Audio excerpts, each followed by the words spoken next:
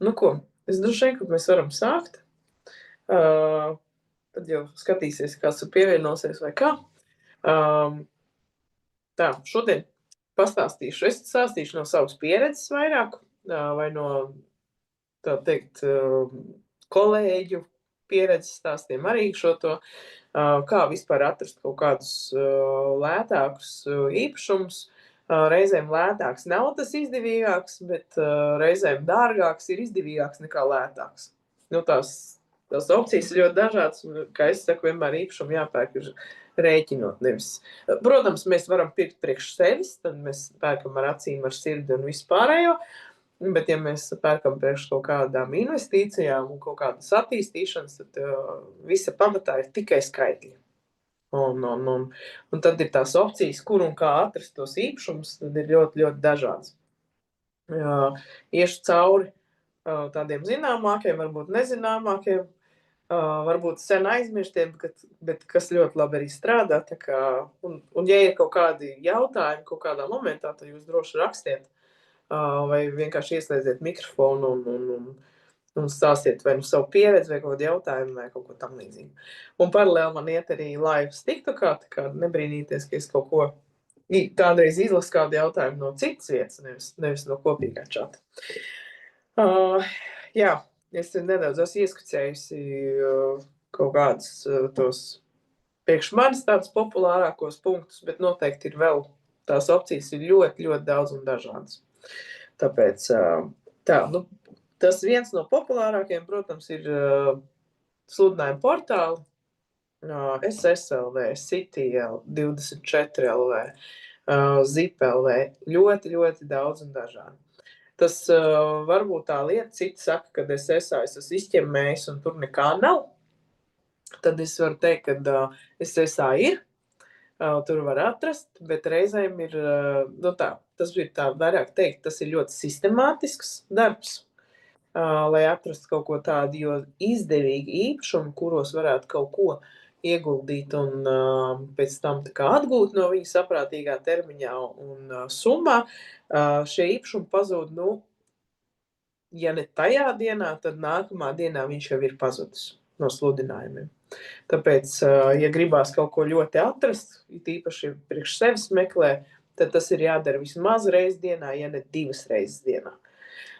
Ir portāli, kas piedāvā tādu pakalpojumu kā pieraksts, laikam tā viņš skaitās, kur tu, ja viņiem ienāk jauns objekts, tad viņi automātiski atsūta tā kā apkopojumu uz e-pastu, un tad vienkārši iziet ar to e-pastu un viss.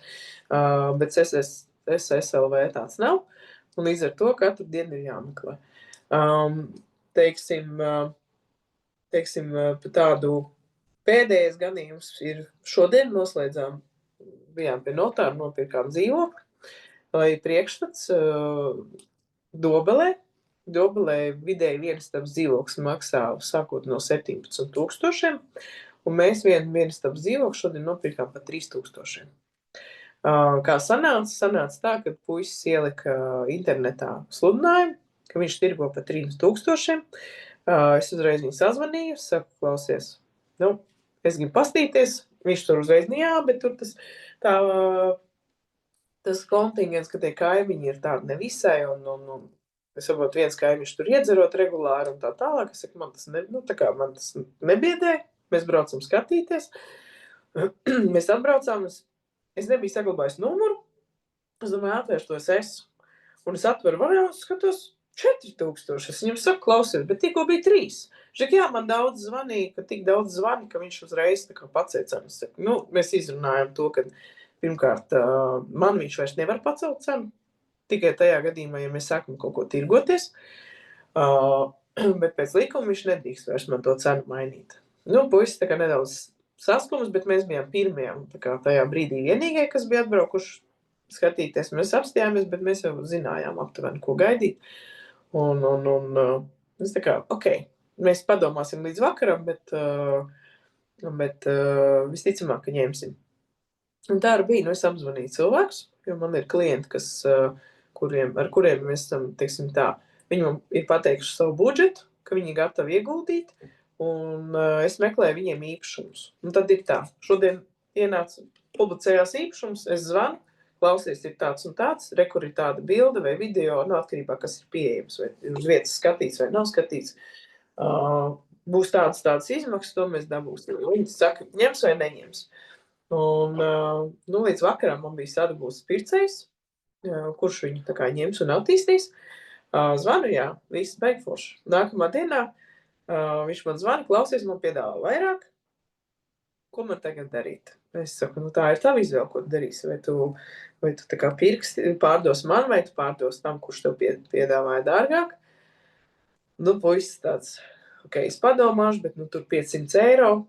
Es domāju, labi, 500 eiro, tā nav liela nauda, bet tā kā mēs jau bijām vienojušies iepriekšējā vakarā, ka es pērku pa 3000 vispārējais, pēc likuma es varu prasīt no viņa, tā teikt, sākuma naudu. Un es izreikināju, cik man būtu tā robeža, tā mana sāpju nauda būtu adekvāta, protams, ieguldītiem darbam, jo es pirku zemes grāmatas vispār, lai pārbaudītu visu tiešām, ka viss ir tas kārtībā, to, kā viņš stāsta. Un cik viņam piedāvāja, mīnus kaut kādi viņa izdevumi, es sareikināju, ok, labi. Mana sāpju nauda būs 300 eiro. Puisis pēc 24 stundām, kad es viņam paziņoju, kad viņam būs jāsamaksā man kompensācija par patērēto laiku un visu pārējo, viņš atsūtīja, ka viņš piekrīt man pārdot. Un tā mēs šodien parakstījām dzīvokli par 3000. Protams, priekšā ir liels darbs. Mēs mēģināsim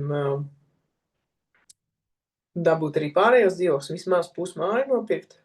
Lai priekšstats tā ir 8 dzīvokļu māja. Un mēs mēģināsim pusmāju nopirkt, bet šis stāsts sasaistīsies ar izsolēm pašvaldībā. Un tālūk. Bet, jā, tie, kas meklē kaut ko tiešām ieguldīt un tā tālāk, var atrast. Tiešām var atrast, bet tas ir tāds sistemātisks darbs. Tā ir katru dienu, ja ne 2 reizes dienā, ir jāskatās. Un ja ir potenciāls īpašums, tas nestoties to, vai tā ir pirkšana, vai tā ir īre, momentā ir jāzvana, tur nav laika domāt, un maksimāli ātri ir jātiek uz turieni, jānopērk, vai ir jāiemaksā drošības nauda, vēl kaut kas tam līdzīgs, un tad jūs varat tā kā būt droši, ka jūs nepalaidīsiet garām. Jā, jūs varat vienoties par kaut kādu opciju, ka tur persona pagaidīs kaut kādu dienu vai 2, un tad jūs tur iedodiet, tur 200 eiro vēl kaut ko, tādu simbolisku naudu, kā drošības naudu. Pēc tam jau jūs maksimāli ātri būtu vēlams formēt dokumentus, lai nav tā, ka es pārdomāju, man tur vairāk piedāvāju. Ja piedāvā 3000 vairāk, tad viņam man tie 300 eiro neko neizteiktu. Un līdz ar to, tāpēc tāda spēle, bet jā, par sludinājumiem, vispār par tādām lietām man ir izveidots arī Telegram čats, kurā es lieku īpašumus gan Latvijas, gan Igaunijas, kas ir tādi izdevīgi, tā teikt, kuros var iegādāties. Telegram čats, diemžēl, nav pa brīvu, jo tas ir mans darbs, mans laiks un vispārējais, bet tā ir iespēja kaut ko sameklēt, netērējot savu laiku, tā teikt. Es esmu patērējis savu laiku, lai jums būtu vienkārši jūs ieiet un apskatieties un izvēlēties. Bet to linku es jums nosūtīšu vēlāk, teiksim. Tā, te ir jautājums, kurš likums aizliedz celt cenu, un jo ir bijis pieredze, kā pie liela pieprasījuma pārdevējs pacels. Es nepateikšu pantu, es īstenībā varētu pierakstīt, un to pēc tam varētu ielikt. Jo, ja mēs esam vienojušies, un tā ir tāda mutiskā vienošanās, mums ir līgums noslēgts. Tā ir līguma laušana, ja atkāpšanās no savstarpējas vienošanās. Tas ir civillikums, bet pantu man tad ir jāapskatās. Pierakstīšu, lai man paliek. Ir, protams, var izdarīt nedaudz savādāk. Šī kļūda bija no pārdevēja puses, ka mēs tā kā piekritām, jā, mēs vienojāmies pa telefonu, tu man pārdod par 3, es pērku par 3, visu, un tad mēs sadalījām tos izdevumus, kas ir valsts nodevums un tādas lietas. tajā momentā viņš vairs nedrīkst. Bet ja viņš pasaka jums, teiksim, man ir vēl viens pircējs, un kurš tagad piedāvās vairāk, tas arī dabūs. Viss. Tur nav jautājumu. Tā nav vienošanās, tā ir vienkārši jūsu tirgošanās, tā teikt. Tā nav vienošanās, tas nav solījums, ka viņš jums pārdos par X cenu. Bet vēlams to visu darīt vispār ir rakstiski, SMS veidā, jo WhatsAppā tu vari izdzēst ziņas, un tu nevari pierādīt, ka tu viņus sūtīji, bet īziņās tu izdrukā redzēsi, ka īziņas tika sūtītas, un līdz ar to arī, teiksim, ja es tur kaulējos ar kādu, es pārstāv cenšos to darīt rakstiski. Pirmkārt, pazūd tas mulsuma moments, ka tu pasaki, zini, es ņemšu pa 3, nevis pa 4. Un tad tu gaidi, un tu ceri, ka tas otrā galā cilvēks tā kā, nebūs, nenoķers šoku vai vēl kaut ko tam līdzīgu. Un tad tādā veidā jums ir arī pierādījumi, ja nu kaut kādas problēmas rodās un tā tālāk. Tāpēc šī gadījumā arī mēs bijām mutiski vienojušies, un tad, lai tā kā iziet no tās situācijas, mēs izdarījām tā, ka mēs sākām čatot ar viņu, kur mēs visu aprakstījām, jā, mēs tur tajā dienā tev zvanījām, mēs vienojāmies par to laiku un tā tālāk un par to cenu. Tā, lai pēc tam, ja mēs ejam uz tiesu, tad mēs zinām, ka jā. Reku mums ir pierādījums, tu mums atbildēji, ka tiešām tā bija. Tā, pastīšos, kas te ir komentāros. Kāda šobrīd cenas dzīvokļiem Cēsīs? Cenas ir ļoti dažādas, ir jāskatās vietēji veidam un tā tālāk. Kā ir risol.lv, tur tā arī dzīvokļi vai mājas līdz isolē mēs nonāksim. Tā. Es domāju par pārdošanu. Ja jums ir kāds īpašums, ko jūs gribat pārdot, jūs noteikti varat man atsūtīt kadastru numuru un tālāk pastīsimies, jo nesen man bija, kur cilvēks gribēja pārdot īpašumu, bet nezināja, kā to izdarīt. Viņi atsūtīja man te nākamā dienā, man ienāca cilvēks, kas prasīja tieši tādu īpašumu. Tāpēc. Cik maksā Telegram chats? 9,90 € uz mēnesi, tā kā abonements. Man liekas, jūs to puišu sabiedējāt. Es arī varētu piekrist tam.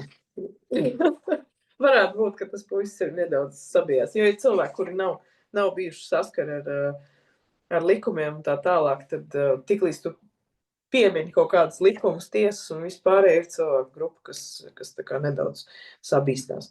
Tā kā jā, sludinājumus var atrast, bet tas ir ļoti sistemātisks darbs. Tas ir katru dienu ir jāiet, jāskatās un vēl, teiksim, sludinājumos var skatīties ne tikai, piemēram, mēs meklējam dzīvokli vai kaut kādu īpašumu, ne tikai īpašumos, paskatieties tādā sadaļā nepabeigti īpašumi vai avārijas stāvoklī esošie īpašumi. Reizēm var atrast īpašumus, kas ir varbūt nedaudz vairāk ir jāiegulda, bet viņš ir daudz lielāka platība, un tu var ļoti daudz labāku to cenu dabūt, ko to iesnes no tā īpašuma. Tālāk. Tā, kas man te vēl ir jautājums? Tā, ko maksā Telegram kanāls? Jā, Telegram kanāls maksā 9,90 €. Tas ir tā kā abonements. Jūs vienreiz piesakiet, un tad jums katru mēnesi automātiski novilks to summu. Un, ja jūs saprotiet, ka jums tajā brīdī vairs nevajag, tad viss jūs vienkārši unsubscribe un viss. Bet tiem, kas ir kanālā, pirmkārt, viņiem regulāri nāks paziņojumi par kaut kādiem īpašumiem, plus bonusā viņiem nāks arī iespēja bez maksas piedalīties webināros, kas citai publikai ir par maksu. Tā kā tas tāds bonus tam visam. Vai uz kompensāciju var pretendēt pārdevējs, ja pircējs atsauc darījuma līguma parakstīšanu? Var, ja tas ir atrunāts līgumā. Ja jūs esat iepriekš par to vienojušies, kad, teiksim, šis atkāpjās no sava šī te piedāvājuma vai vienošanās, tad jūs varat, bet tas ir iepriekš jāatrunā. Tāpēc vienmēr ir jāpiedomā par to, ko mēs rakstam, ko mēs iekļaujam, un visāds, teiksim, tā ir plāns A, ka mēs visi baigi forši, mēs vienojāmies un ejam pērkam un parakstam un tā tālāk.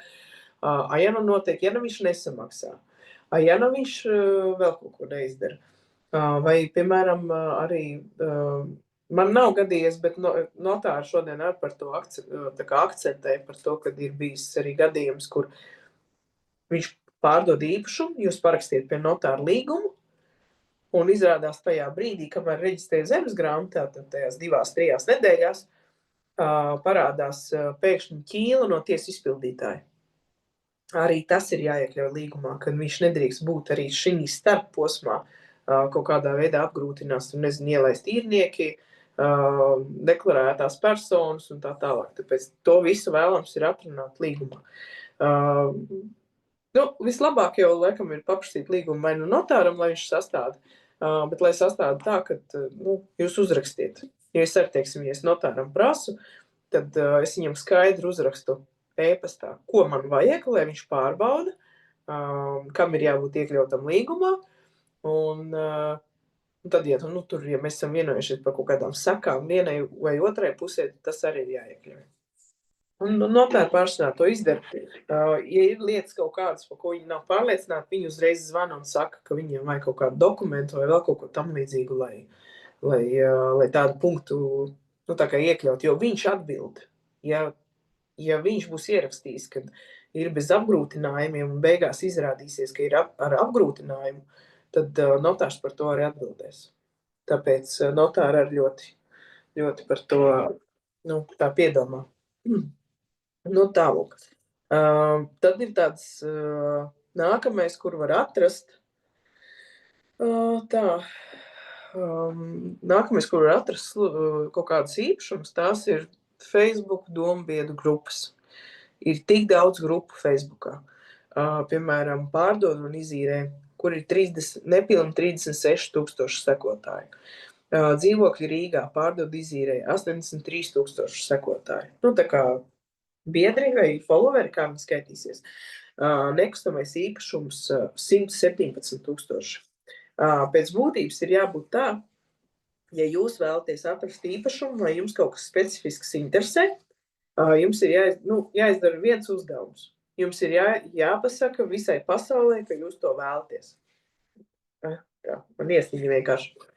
Ka jūs vēlaties, vai jūs meklējat kaut ko šādu vai tādu, un maksimāli daudzākās vietās jūs ieliksiet, jo maksimāli lielāka iespējamība, ka jūs atradīsiet.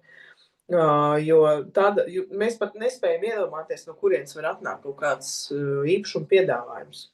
Tādēļ, ja jūs ziniet, ka jūs gribat, Zolitūdē tur kaut kādā specifiskā mājā dzīvokli iegādāties, tad liekiet visu Zolitūdas domu biedru grupās, iemetiet lapiņas, paskatīties dzīvokļu mājās. Tagad ir nedaudz grūtāk to izdarīt, jo ir domofoni un iekšā īsti nevar tikt kādu telpās. Jūs varat tā kā mēģināt pielīmēt kaut kur pie durvīm, bet tas tā kā nedrīkst. Pēc likuma tā ir mantas bojāšana. Varat likt zem mašīnu vējstiklā, kā jūs sauc, priekšējā lokas tīrītājiem varat likt lapiņas. Un varbūt viens ieraudzīs, kurš nepārdod, bet viņam varbūt draugs vai kaimiņš no kaut kādas blakus kāpņu telpas, viņš taisās pārdot. To nekad nevar zināt. Tāpēc arī tajās vietās uzliekam, ka mums nāk notification, ja tur grupā kaut kas parādās, jums uzreiz izlaic notification, kad paziņojums par to, ka kāds ir kaut ko ievietojis, un jūs vienmēr būsiet tā kā lietas kursā par to, kas ir pieejams un ko var atrast. Tā arī ir ļoti, ļoti laba vieta, kur var daudz ko gan pārdot, gan nopirkt, gan samainīt, vai atrast kaut kādus cilvēkus. Tāpēc vienmēr sagatavojiet maksimāli daudz informāciju, kur jūs ko varat ielikt. Tad ir vēl viena interesanta vieta, kur bija atrasts viens īpašums, ir Latvijas Rādio Tirgus plats, laikam viņš tāds raidījums saucās. Tur cilvēki zvana, pārsvarā tie ir gados cilvēki, viņi zvana uz rādio, es tiešām neatceros, kā viņš saucās, bet viņi zvana, es tur tāds pārdod tādā īpašumu. Un reāli vienreiz mēs arī braucām skatīties, bija Engurē, 2. līnija, tirgoja lielu zemes gabalu par 9,000 eiro. Tā kā neviena no šīm te, viņš, teiksim, nemāk ielikt sludinājumu SSA, viņam varbūt nav, viņam nav trāpījies aģents vai vēl kaut ko. Viņš cilvēks zina, ka ir Latvijas rādio, es nezinu, cik bieži tas raidījums ir, es viņu neesmu baigi trāpījusies uz viņu. Bet viņi zvana un stāsta. Jūs varat arī tajā pašā raidījumā piezvanīt un pateikt, ka jūs vēlaties nopirkt tur un tur tādu īpašumu. Un ļoti iespējams, ka kāds klausās, kuram reāli ir tāda iespēja. Un kurš labprāt to izdarīt, tāpēc tā ir opcija, ko var droši izmantot.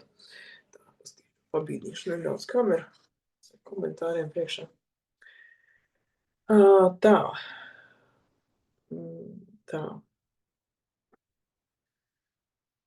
Kā var atrunāt, tas bija par to, vai uz kompensāciju var pretendēt arī pārdevējs, ja pircējs atsauc darījumu pirms līguma parakstīšanas.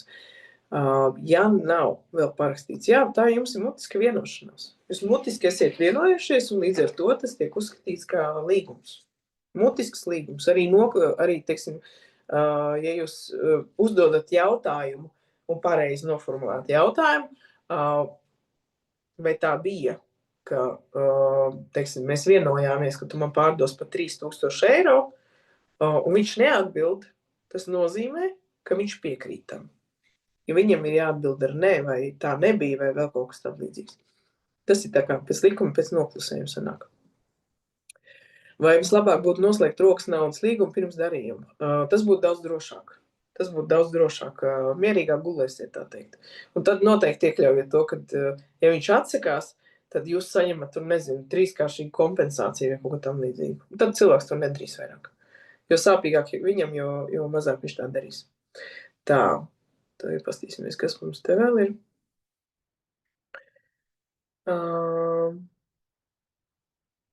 Kur tiek ielikt sludinājumi īpašumiem?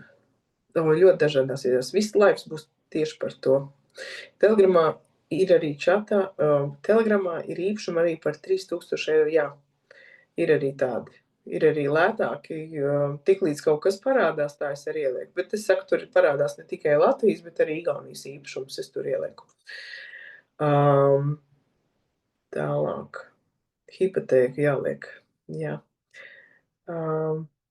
Links uz Telegram kanālu būs jautājums no TikToka. Tie, kas ir TikTokā, links uz Telegram kanālu būs ievietots nākamajā video, vai arī ir vēlme saņemt atsevišķi, tad vienkārši piereģistrējieties galvenā gangstera.lv, jums pēc tam atnāks viņš. Es vienu īpašumu vienlaicīgi pārdevu 2 vai 3. Vienlaicīgi tas ir vienā dienā es esmu pirkusi 2 īpašumus. Pārdevusi vienā dienā es neesmu, bet nākamais man ir paredzēts vienam cilvēkam palīdzēt nopirkt 3 īpašumus vienlaicīgi. Mums ir viņi visi atlikti, mēs gaidām vienu dokumentu, un tad arī lielā diena būs klāta. Tā, kas ka vēl ir? Cik maksāt jūsu pakalpojums ar dzīvokļu atrašanu un pirkšanu? Tas ir ļoti individuāli, tā kā droši rakstiet man privāti, un mēs izrunāsim, jo tur ir jāsaprot, kurā vietā, kādu, un par summām visām. Tā, uz kompensāciju var cerēt arī pārdevējs, ja esat rakstiski vienojušies par pirkumu, taču pircējs atbrauc un nenopērk. Tā, rakstiski vienojušies par pārdevēju, pircējs atbrauc un nenopērk. Jā, jums ir galvenais pareizi noformulēt tos visas nianses juridiskās, bet var par to vienoties. Tas Telegram kanāls ir tas Telegram bots. Meklētava, nē, galvenā gangstera. Galvenā gangstera, tur būs bots nosākumi, pēc tam, ka veids maksājumu, tad viņš automātiski ieliks tajā čatā. Bet es pēc tam visiem, kas ir šeit laivā, aizsūtīšu jums atsevišķi linku uz vai nu īziņā, vai nu WhatsAppā. Nu, tālūk. Tā, tad nākamais, ko mēs varam pastīties, tas ir vietējās avīzes. Vietējās avīzes arī ir ļoti nenovērtēts avots, jo joprojām ir cilvēki, kas lasa vietējo laikrakstu, joprojām ir cilvēki, kas ieliek sludinājumus, nezinu, Ventas balss vai kā viņi saucās, kaut kādi zemgales ziņas un tā tālāk. Jo pārsvarā jau ir tā, ka uz tiem dzīvokļiem diezgan daudz sēž veci cilvēki. Jaunie cilvēki jau vai izmanto kaut kādas aģentu pakalpojumus vai paši liek SSA un tādā veidā, bet tie, kas ir, tu saprot, skaties uz ēku un tā kā tur ir, teikt, visi dzīvokļi ir tā kā jauniem logiem un viens ir ar veciem logiem, tu saprot, ka, tur cilvēks varbūt ir vai nu nedzīvo, vai ir, varbūt nav spējīgs, teiksim, finansiāli atļauties. Vai nu es? Un tādi cilvēki pārsvarā vai nu skatās avīzes un tā. Jums jau šī avīze nav jāpērk. Pirmkārt, avīzi var paskatīties veikalā, atveriet pēdējo lapu, izskriet cauri, nobildējiet ar telefonu sludinājumus un varat iet tālāk. Vai arī katrai šai te avīzei ir arī elektroniskā versija. Ja nemaldos, Ventspilī Ventas balss tā bija. Viņiem arī ir, kur šobrīd arī var atrast īpašumus. Piemēram, Ventspilī es zinu, ka cilvēki meklē 2 stabu dzīvokli teica, zemāk par 50,000 nevar atrast. Tad šodienas iegāju sludinājumu sadaļā un tur stāv pa 27 2 stabu dzīvoklis pilsētā. Ne pārvērtā, bet pašā pilsētā. Tā kā tur arī ir vērts ieskatīties ik pa laikam. Varbūt pat ielikt sludinājumu, ka jūs meklējat tur tādā rajonā. Varbūt netik specifiski tur nodefinējiet, bet ļoti iespējams, ka jums kāds uzvanīs un kāds arī piedāvās kaut ko.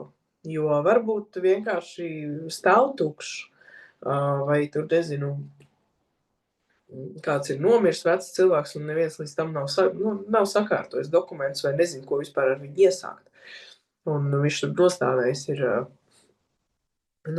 ir kaut kādus gadus, un vienkārši cilvēks līdz tam nav nonācis. Tikpat labi var arī mest, paskastīties lapiņas, paskastīties vai pielīmēt pie tām, pie durvīm nevajadzētu, bet var. Vēl kaut kādās vietās atstāt lapiņas, kaut kā veikalos. Un līdz ar to mēs nekad nezinām. Jo vienu dienu netirgo dzīvokli, otrā dienā jau ir, uzreiz zvana, kādam tur kaut kāda oma ir nomirusi vai vēl kaut kas, vai beidzot ir sakārtots mantojuma lieta, kas tur, 3 gadi nebija sakārtot, jo nebija naudas. Tikpat labi jūs varat arī piedāvāt šiem cilvēkiem, ka jūs viņu vietā apmaksāsiet visus mantojuma izdevumus, lai viņš varētu sakārtot un pēc tam pārdot jums. Arī tādi varianti ir, ka jūs vienkārši ieliekiet, ka jūs pērkiet ar parādiem vai ar apgrūtinājumiem. Un, protams, saprātīgi ir jāsaprot, ko jūs pērkat. Vai tas ir cilvēks ar mūža pierakstu, vai tas ir vienkārši nesakārtots mantojums. Un, protams, ar mantojumu arī ir pāris nianses, lai nav tā, kad uzrodās vēl 5 mantinieki. Cilvēks nezināja. Viņš varbūt tiešām nezināja, ka ir vēl kādi 5 mantinieki. Tāpēc tādās lietās ir čučut tā uzmanīgi jāskatās. Un viss ir tiešām jāatrunā līgumā, lai jums pēc tam nav tā, ka samaksājat naudu par to, ka viņš sakārtoja mantojumu un beigās vēl 4 dabūja to mantu. Un neviens nepārdod jums vairs. Tā arī var gadīties. Tā, vai ir pieredze īpašumu iegādē ar izpirkuma tiesībām? Jā, bija. Man bija ar izpirkuma tiesībām Izsolē. Par to mēs varam arī uzreiz tagad pie tā ķerties. Pie izsolēm. Izsoles ir vairākas. Tās nav tikai tiesas izpildītāja izsoles. Tās ir arī pašvaldība izsoles, privatizācijas aģentūras, valsts nekustamību īpašumu organizācijas izsoles un tā tālāk. Pamazām visas šīs te izsoles tiek liktas jau vienā vietnē, izsoles.lv. Bet ir vēl tomēr pašvaldības, ir iestādes, kas to nedara. Noteikti vajag paskatīties kapitāla sabiedrība izsoles, jo viņi neliek nevienā citā platformā, kā tikai savā. Neatradīsiet ne pašvaldību lapās, ne lielajā izsoļu lapā. Vienkārši ejiet manuāli. Nezinu, tur Rīgas enerģija, viņiem arī bija tagad tirgoja vairākus īpašumus Rīgā. Diezgan paliels zemes gabals ir tehniskajām ēkām, bet, ja zini, ko dara, tad var arī ar tādām paņemt. Viņi, Latvenergo, Rīgas satiksme, viņiem visiem ir savas izsoļu lapas, kur viņi ieliek, viņi tirgo visu, ko kustams mantas, transportus, nekustamos īpašumus. Pēc būtības, ja jūs zinat, ka jūs gribat nopirkt Jelgavā, tad jūs ne tikai Jelgavas pašvaldības lapā skatāties, ne tikai izsoļu lapā, bet jūs ejat cauri katrai komunālā saimniecība, regulāri ieskatieties. Tur kaut kādas, nezinu, Jelgavas siltums vai kā viņš skaitās. Jelgavas namsaimnieks vai kā viņam, es nepateikšu to nosaukumu. Viņi visi ik pa laikam kaut ko reizēm ieliek, bet viņš nekad nav super publisks, un līdz ar to tā ir iespēja ar bāzu konkurenci dabūt lielu kaut ko sakarīgu, teiksim tā. Ar izsoles LV par šo vispār kārtību, kā notiek izsoles caur tiesu izpildītāju lapu, un kāda ir maksāšanas kārtība vispārējais, par to es stāstīšu 20. martā. 20. martā tas būs maksas seminārs, bet tie, kas būs Telegram kanālā, tiem būs tāpat tiks sasūtīti pieeja bez maksas. Tad es izstāstīšu visu, kā notiek pieteikšanās, kas notiek, kā jārīkojas, ja mēs vinējam visu, kas notiek tajā gadījumā, ja mēs nevinējam visu, un tā tālāk. Tā kā tam posmam mēs iziesim cauri visam. Un ar izpirkuma tiesībām ir tā, ka izpirkuma tiesības nav daudz kur, bet pašvaldības joprojām piedāvā šādu iespēju. Ne visas, bet ir. Zinu, ka Ādažos ir tāda iespēja, Dobelē ir tāda iespēja, Tukums vai Saldus bija, Saldus noteikti bija. Un tur ir tā, kādreiz varēja maksāt pat 2 gadus, tagad viņi ir tā kā visi to termiņu saspieduši līdz kaut kādiem 6-7 mēnešiem. Tas nozīmē, ka jūs nākat, jūs pieskaties izsolē, šī izsole visu notiek, jūs uzvarat, un tad jūs ejat jurists vai grāmatvedis, kā kur pašvaldība to organizē to darbu. Jūs atnākat, jūs sakiet, ka es nevis maksāju tagad, bet es maksāju uz nomaksu. Šis īpašums tiek reģistrēts uz jums, bet tā nav hipoteka, tas ir kaut kā interesanti, tur tā atzīme tika atzīmēta. Es ar tā esmu pirkus no privatizācijas aģentūras Ventspilī dzīvokli.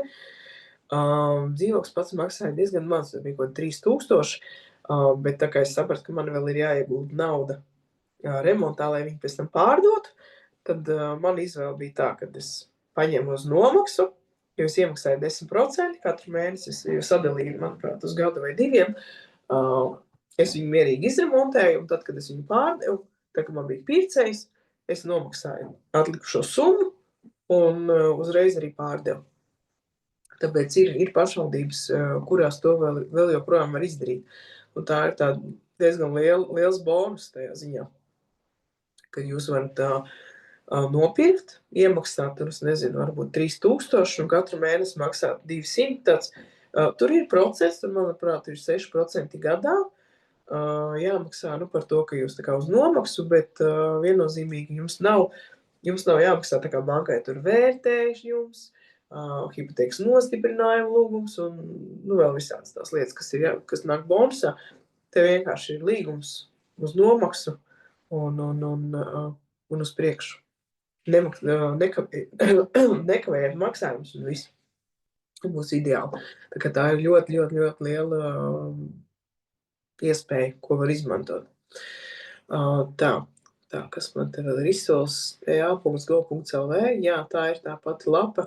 Bet, ja raksta tā, tad viņš tāpat pārmet, viņi tur kaut kā maina to nosaukumu viņiem. Vienkāršo tā. Ja izsola veids pašvaldība, viņi neslēdz līgumu. Attiecīgi nevar atrunāt daudz nianses. Kā tad rīkoties? Es saprotu pareizi, pašvaldība izsolē īpašumu ieliek, un tad nevar atrunāt nianses, ja? Kāda veida nianses jūs domājāt? Varbūt var precizēt. Tā. Mantota daļa no mājas dzīvo tur otra persona, kur mantojas otru daļu. Viņi nevar pārpirkt mūsu daļu. Māja ir sliktā stāvoklī, vēlams pārdot. Kāds jūsu skatījums? Būtu sarežģīti, būs ilgi procesi un tā tālāk. Ar mantojumiem ļoti dažādi ir. Jautājums, vai jūs vēlaties to īpašumu? Tas ir pirmais.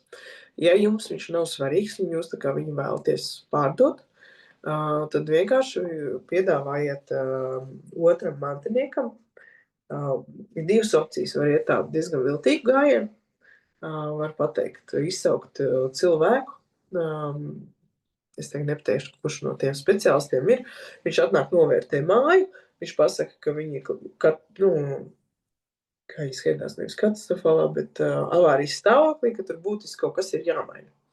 Un tad ir uzreiz opcija. Jūs viņam piedāvājat, vai nu davēt lietas pusi no summas, ka jūs jau ziniet, ka cilvēks nevarēs to izdarīt, un vai nu tad pārdodam. Jautājums, vai jūs esat sadalījuši, vai tās ir reālās daļās, vai tās tikai domājumās daļas, jo ir arī opcija iet uz tiesu un likt tiesai noteikti par to, ka īpašumu, teiksim, jūs nevarat sadalīt, jūs kopīgi, fiziski nevarat sadalīt. Līdz ar to jums tā kā apgrūtinājums, un jūs vēlaties vai nu pārdot, bet viņi nevar nopirkt, vai nu tad vienkārši tiesa uzliek kā pienākumu pārdot to īpašumu abām pusēm. Jo man paziņai bija tā, viņi nopirka tādu māju Ādažos, kur mantinieki nevarēja vienoties ne par to, kā viņu atjaunot, ne par to, kurš viņā dzīvos un tā tālāk. Tad viņi tā kā domājuši bija pārdot, bet viņiem vienam likās, ka tur būs kosmosa cena, bet realitātē bija daudz mazāk, un viņš tā kā negribēja piekāpties tam, jo likās, ka tas tāds super jaudīgs objekts ir, un ka tur bezmazliet miljoni ir jāprasa. Tā kā viņi nevarēja vienoties, viena no mantiniecēm aizgāja tiesu un viss, un tiesa viņiem noteica, ka piespied pārdošanu. Un tādā veidā viņi pārdeva, sadalīja naudu un strīdu vairs nebija, mantas vairs nebija. Un viss, tāpēc var iet uz tiesu un prasīt piespied pārdošanu. Arī tāda opcija. Tā, kas man tagad tika. Kuldīgas Nomaga pašvaldības izsoles īpašumu var iegādāties ar nomaksas, jā. Mēs cilvēks arī raksta, Kuldīga arī var. Ir vietas, kur vēl kādreiz visās varēja, tagad paliek arvien mazāk. Tiesas izpildītājs nevar atrunāt to, ka tur dzīvo citas personas, nav veikta nelikumīga būvniecība. Ne, viņš nevar. Viņš to arī nedarīs. Viņš neuzņemsies tādu atbildību. Tiesas izpildītāji tādas lietas nedara. Viņi pārsvarā labi, ja viņi ir aizbraukuši pastīties to īpašumu. Tas ir labi, ja. Pārsvarā es esmu redzējusi māju, kurai nav logu, kurai nav jumtu, reāli tikai ir sienas, Čiekurkalna līnijā, un pieraksts no tiesas izpildītāja puses ar nelieliem ieguldījumiem gatavs dzīvošanai. Mēs ļoti ilgi diskutējām vēl ar juristiem, vai gadījumā nevar tā, kad mēs viņu nopērkam, un mēs pēc tam piedzinām no tiesas izpildītāja par to, ka, nelieli ieguldījumi, bet juridiski tas nesanāks, tāpēc mēs viņu mēģinājām nopirkt, bet tad, kad mēs zaudējām, un mēs nopirkām zemes grāmatu, pastīties, kas tad bija tie pircēji, un kam pieder pārējās daļas, mēs sapratām, ka ir viena firma, kas ļoti cenšas dabūt to ēku, lai pēc tam nojaukt un uzbliestu kaut ko jaunu. Bet viss kārtībā, maleči. Vai izsolēs arī izstāsta par visiem apgrūtinājumiem konkrētam īpašumam? Nē. Viņi tikai apraksta to, kas ir dokumentāli reģistrēts, Tas nozīmē, ja ir, teiksim, īres līgums, pēc likuma īres līgums ir jāreģistrē. Bet, ja viņš nav reģistrēts, viņi viņu neredz un viņi uzskatīs, ka tur nav. Ka tur viss ir kārtībā, tur nav nekas izīrēts. Tāpēc ir tur tā nianses. Cilvēki neievēro likumu, līdz ar to viņi it kā nevar nodrošināt līdz galam to, ka viņi ir pārbaudījuši. Protams, viņi varēja iet, runāt, bet neviens to nedara un neviens nav ieinteresēts tērēt tik daudz laika, lai katrā dzīvoklī tur ķertu cilvēkus, kuri arī reizi nevar vaļā durvis. Tālūk. Tā, kas mums te ir? Tā,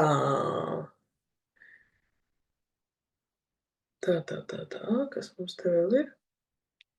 Tā. Vai dzīvokļu maiņas darījumi mūsdienās ir reāli? Jā. Man pašai nav vēl bijis tāds gadījums, bet joprojām ir cilvēki, kas vēlās to izdarīt. Tad, protams, vajadzētu piesaistīt vērtētājus, lai novērtē vienu un otru īpašumu, un tad skatās, kura puse, kurai piemaksā, vai iedod kaut kādu kustamo mantu līdzi, vai kaut ko tam līdzīgu. Es esmu redzējis arī sludinājumus, kur pārdot dzīvokli Rīgā ar iespēju uz nomaksu līdz 3 gadiem, un pirmā iemaksa var būt mašīna ar kondicionieru. Tā kā ir ļoti dažādas situācijas. Maira, sveika. Tā. Vai jūs Telegram kanāls ir profilā? Vēl nav, bet tuvākās dienās būs ielikts un publicēts arī. Tā, kas mums te? Analogi var rīkoties arī, ja pieder 1/4 no 3 stab dzīvokļa. Jā, jūs varat rīkoties, kaut vai jums pieder 1/100 daļa. Un ja jūs varat tiesīgi paskaidrot, ka jūs nevarējāt vienoties, jūs nevarat izmantot tā kā savu šo te mantojumu masu, jums ir kaut kāds, varbūt tur tas cilvēks, kas reāli tur dzīvo, un viņš liedz jums tur nākt iekšā, kaut gan jums pieder daļa no tā. Tas ir pamats, lai celtu prasību pret viņu un prasītu piespiedu pārdošanu īpašumam. Tam pilnīgi vienalga, cik no īpašuma daļas jums pieder.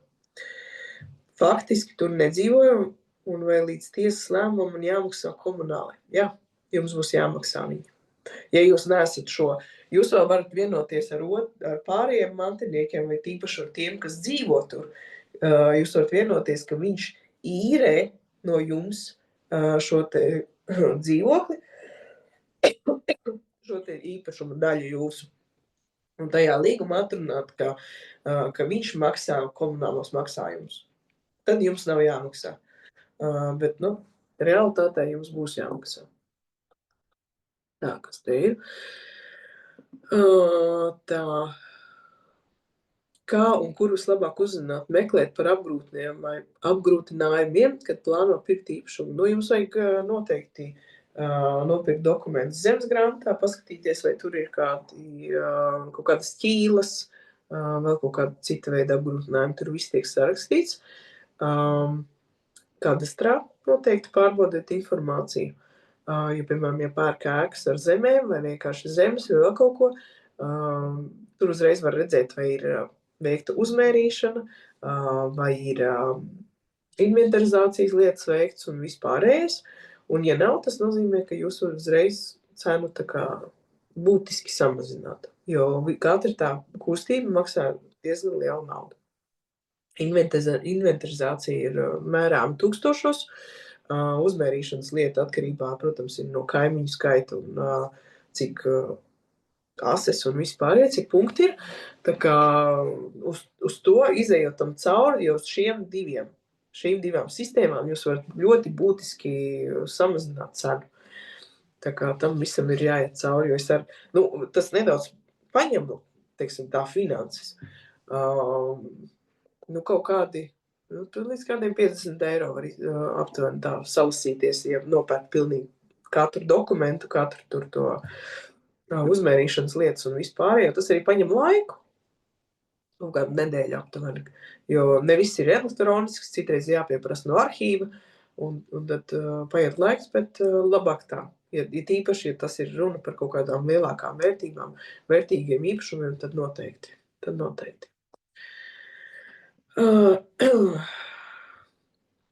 Cik cilvēku Telegram grupā? Uz doto brīdi tikai 2. Es un mana asistente, jo es viņu neesmu palaidusi publiski vēl.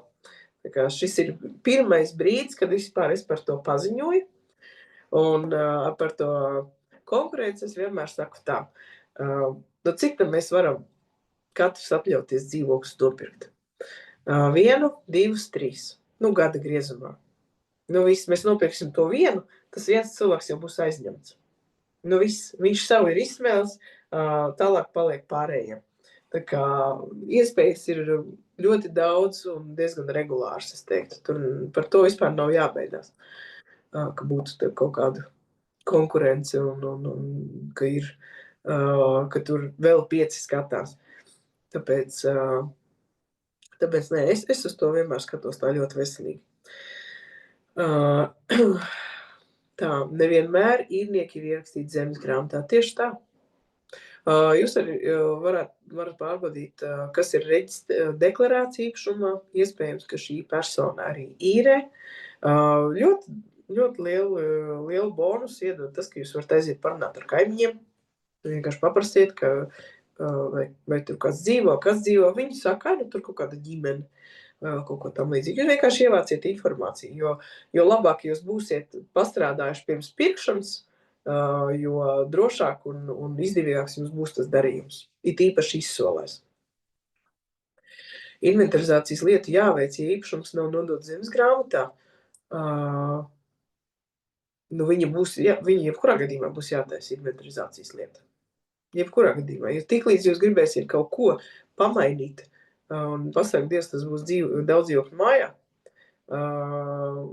Pēdējā laikā es esmu dzirdējis, kad būvvaldes ļoti aktīvi sāk darbu, un es kādu laiku arī biju pastrādājis, nu, kāds laiks, laikam, mēnesis vai 2, Rīgas nama pārvaldniekā, un arī tur. Līdz tam vēl nebija tik populārs, bet nu jau paliek arvien populārāk. Namu pārvaldnieks drīkst nākt uz jūsu dzīvokli, lai pārbaudītu, vai nav veiktas pārbūves. Un, ja ir, viņiem ir pienākums ziņot būvvaldei, būvvalde pārbauda, vai ir sakārtot dokumenti, ja nav, aiziet. Tur ir pilns karusels uzreiz. Tāpēc mans nostādījums pēc visiem šiem gadiem vienmēr sakārtojiet dokumentus. Nestoties uz to, mantota manta, nav kāda ēka ierakstīta, maksimāli ātri izdariet to, jo tālāk jūs atliksiet, jo lielāks problēmas būs. Un pārdot jums būs grūtāk, jūs nevarēsiet ar viņu neko izdarīt, teiksim, nezinu, ieķīlāt vēl kaut ko, jo jums nav dokumenti sakārtoti. Viss. Ar to arī jūs paliksiet tā kā suns uz siena kaudzes ar to īpašumu. Un jūs zaudēsiet naudu. Tāpēc to es ļoti, ļoti iesaku kārtējot dokumentus laicīgi. Vai es varu šeit ielikt kādas numuru, lai paskatātu aptuveno vērtību? Atsūtiet man vai nu uz e-pastu vai kā. Es paskatīšos. Šobrīd vēl parāds nav piesaistīts īpašumam, bet īpašniekam. Jā. Tā, kas man te? Tā. Cik ilgi ilgs tiesvedība? Man ir pieredze, mums ir īpašums, kurā mēs tiesājamies jau 10 gadi. Tāpēc it īpaši mantojumos. 10 gadi, un mēs esam sakārtojuši, nezinu, 1/3 no visa. Jo tīri nebija dēļ tā, kad vecāki, kārtojot mantojumu lietu, negribēja samaksāt par mērīšanām un nodokli, norādīja tikai, manuprāt, 2 ēkas. 2 vai 3 no 5 vai pat 6. Un tagad mēs 10 gadus tiesājāmies par to, lai vispār pierādītu, ka tās pārējās ēkas ir bijušas, ka viņas nav uzceltas tagad, pēdējo 10 gadu laikā. Tas ir tikai tā, lai iekļautu mantojuma masā tās ēkas. Tālāk mums būs mantas dalīšana.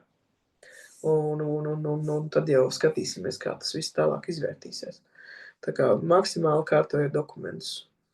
Vai jūs varēsiet ierakstu saglabāt ļoti vērtīgi? Ieraksts tiks saglabāts, bet viņu dabūs tie, kas ir reģistrējušies mājaslapā. Tā kā droši ieiet galvenā gangster.lv, jums atnāks e-pasts, un tad pēc tam, kad es sūtīšu ierakstu, tad arī jums aizies. Ja ir uzcelta māja uz savas zemes, bet nav nekādu papīru un vēlas sakārtot, ar ko jāreikinās sodi? Pirmkārt, milzīgs šis te nekustamā īpašuma nodoklis. Sodi arī ir palieli. Es nepateikšu, man nav bijuši, bet es zinu, ka ir cilvēki, kas tagad kārto un tur iet tūkstošos. Gan sodi, gan viss tā sakārtošana. Tas ļoti individuāli ir. Tur nav mājas lieluma rēķina un viss pārējā. Tas drīzāk ir jāprasa būvvaldē, jāmeklē un jāprasa. Tā, kādi dokumenti lietas jānoskaidro pirms pirkt nekustamo īpašumu? Pirmkārt, zemes grāmata, bet to es ieteiktu ņemt pašiem no zemesgrāmata.lv, jo mazums cilvēkam ir bijis kaut kāds apgrūtinājums, un viņš jums, tā teikt, pabāž veco versiju, jo viņai jau nav uzrakstīts derīguma termiņš. Tāpēc jūs varat paņemt aktuālo, jo arī notāri, kad paraksta līgumu, viņi pārbauda pirms tam, un viņi pārbauda arī pārdošanas dienā, tajā brīdī, uz to brīdi. Paprasiet inventarizācijas lietu vai kaut kādu kadastrālo uzmērīšanas dokumentu, kas vēl, katram ir kaut kas individuāli, tur jāskatās. Varbūt ir kopīpašuma lietošanas noteikumi vai līgums, kurš viņi tur noformulē, ja ir kopīpašums. Ja, teiksim, kaut kāda 4 dzīvokļu māja un tā tālāk. Tas, tur ļoti daudz ko var. Tur diezgan daudz ir. Bet katrā lietā ir ļoti individuāli. Īpašums ir zemes grāmatā, bet, ja pareizi atceros, kadastrā rādījās, ka īpašums nav nodots eksploatācijā. Ko tas īsti ietekmē? Principā, man liekas, tādas ir liela daļa padomu mājas, vai ar steigu tas ir būtu jākārto. Tas ir noteikti ar steigu jākārto, es uzreiz varu pateikt. Tas ir tā kā zobārsts vienmēr saka, tu vienmēr pa vēlu atnāc. Nekad neesi laikā. Bet, ja nav nodota eksploatācijā, viņi noteikti skatās, kurā gadā ir bijis projekts, vai projekts ir aktuāls, vai viņam ir termiņš beidzies. Ja ir beidzies termiņš, tas nozīmē, ka jums ir jāsauc arhitekts, viņš jums visu šo te zīmēs, tas jau būs liela nauda. Ja tā ir pēc noteikta termiņa uzcelta māja, tad attiecīgi tur nāk ugunsdzēsējs, kursteņas lauķis,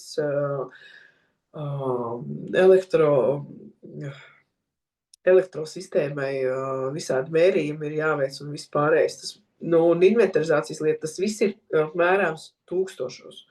Un tas termiņu aizņem, ja tā ļoti akurāti un tā mērķīcīgi iet, tas varbūt paņem kaut kādu pusgadu, gadu, bet tā summa ir diezgan paliela. Tāpēc reizēm ir arī tā, ka ēka ir uzcelta, bet kaut kur mums tur mainoties padomu laikiem un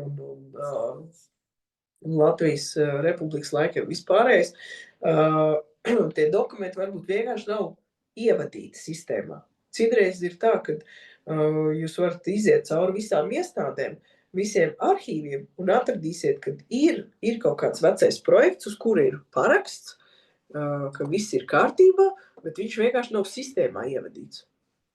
Protams, būvvaldē tas neinteresēs. Tas ir jādara jums. Bet ļoti, ļoti iesaku. Jo mēs nekad nezinām, cik mēs ilgi dzīvosim, un lai pēc tam bērniem nav diezgan kutelīgas situācijas un dārgs prieks. Jo ir gadījumi, kur bērni vienkārši atsakās no mantojuma, jo viņi saprot, ka tā manta, tas īpašums nemaz tik daudz nemaksā, cik viņam būs jāiegūda, lai vispār viņu savest kārtībā. Tāpēc ir tāds, es ieteiktu tā skatīties un iet tā pamazītiņām, bet uz priekšu. Vai par klusajām izsolēm tomēr nav kāda publiski pieejama informācija? Viņi ir, tikai viņi ir jāmāk atrast. Tas ir tas, ko es saku, kapitāla sabiedrības izsola dzīvokļus un mājas un zemes Rīgā, bet mēs nekad to nezinām, jo mēs neesam iegājuši viņu mājaslapā. Tāpēc tas ir tāds sistemātisks darbs, kur visu laiku ir jāiet iekšā, ir jāiet jāskatās un, tā teikt, jāčeko. Tāpēc, vai arī vēl ir opcija. Jūs ziniet, ka jūs vēlaties konkrētu īpašumu, tur ir zeme, vai tur ir māja, vai tas ir dzīvoklis. Jūs nopērkiet zemes grāmatu, jūs uzzināsiet, kas ir pārdevējs. Nevis pārdevējs, bet kas ir īpašnieks. Tad jūs zināsiet, ko tad jūs tā kā, ko jūs vaktējat. Vai tā ir Rīgas doma, vai tas ir kaut kāda kapitāla sabiedrība, vai tā ir privāta persona. Arī šis ir viens no veidiem, kā to dabūt. Ja, piemēram, arī tagad mēs nopirkām dzīvokli par 3000, mums 2 blakus dzīvokļi ir pašvaldības dzīvokļi. Mūsu nākamais solis, mēs iesim uz pašvaldību, rakstīsim iesniegumu par to, ka mēs vēlamies nopirkt šos 2 īpašumus, un it īpaši tagad, kad valstīm pašvaldībai budžeti ir diezgan čābīgi, viņi ir ļoti naski uz pārdošanu. Jo skatījos Valmieras novads vispār, es negribu tagad samalot, bet Seda bija tāds ciems. Es skatījos izsolē, man liekas, ka viņi pus ciemu iztirgoļa. Tāda sajūta. Viņi ļoti, ļoti labprāt šī brīdī tirgo savus īpašumus. Tāpēc jūs vienkārši ejiet tādu ceļu. Jūs nopērkiet zemes grāmatu, saprotiet, kas ir īpašnieks. Ok. Es aizēju pie tā īpašnieka, klausies, varbūt tu gribi nopirkt. Gribi pārdot. Un tad viņš, cilvēks varbūt sākumā pateiks, nē, pēc kaut kāda brīža, ja viņam nedod Dievs dzīvē savaidziesies naudu, vai tajā īpašumā būs jāiegulda nauda, bet viņam viņas nav, vai viņš neredz vērtību, jūs ik pa laikam atgādiniet par sevi. Un dabūsiet. Ātrāk vai vēlāk dabūsiet to īpašumu. Tāpēc tām klusajām izsolēm vispār tas ir visu laiku. Visu laiku ir jāčiko. Beztermiņa ielas iegūta grozījuma līdz 26. gada 31. decembrim jāvienojas individuāli par īres līguma termiņu ar īrnieku, bet, ja nespēj vienoties, tad līgums slēdzas uz 10 gadiem. Tāda beztermiņa īres līguma pēc 26. gada nebūs. Jā, tieši tā. Bet vēl nav 26. gads. Tāpēc tie, kas zina, tie var, teiksim tā, jūs varat ziedot kaut kādu daļu, jūs varat tagad nopirkt ar mūžīgo īrnieku, un pēc 2 gadiem, paldies, mēs pārslēdzam līgumu, vai ne, tad uz redzēšanos. Tāpēc ir šīs nianses, ka mēs, tagad ar mūžīgo īrnieku es sen neesmu redzējusi tādus dzīvokļus, diezgan sen.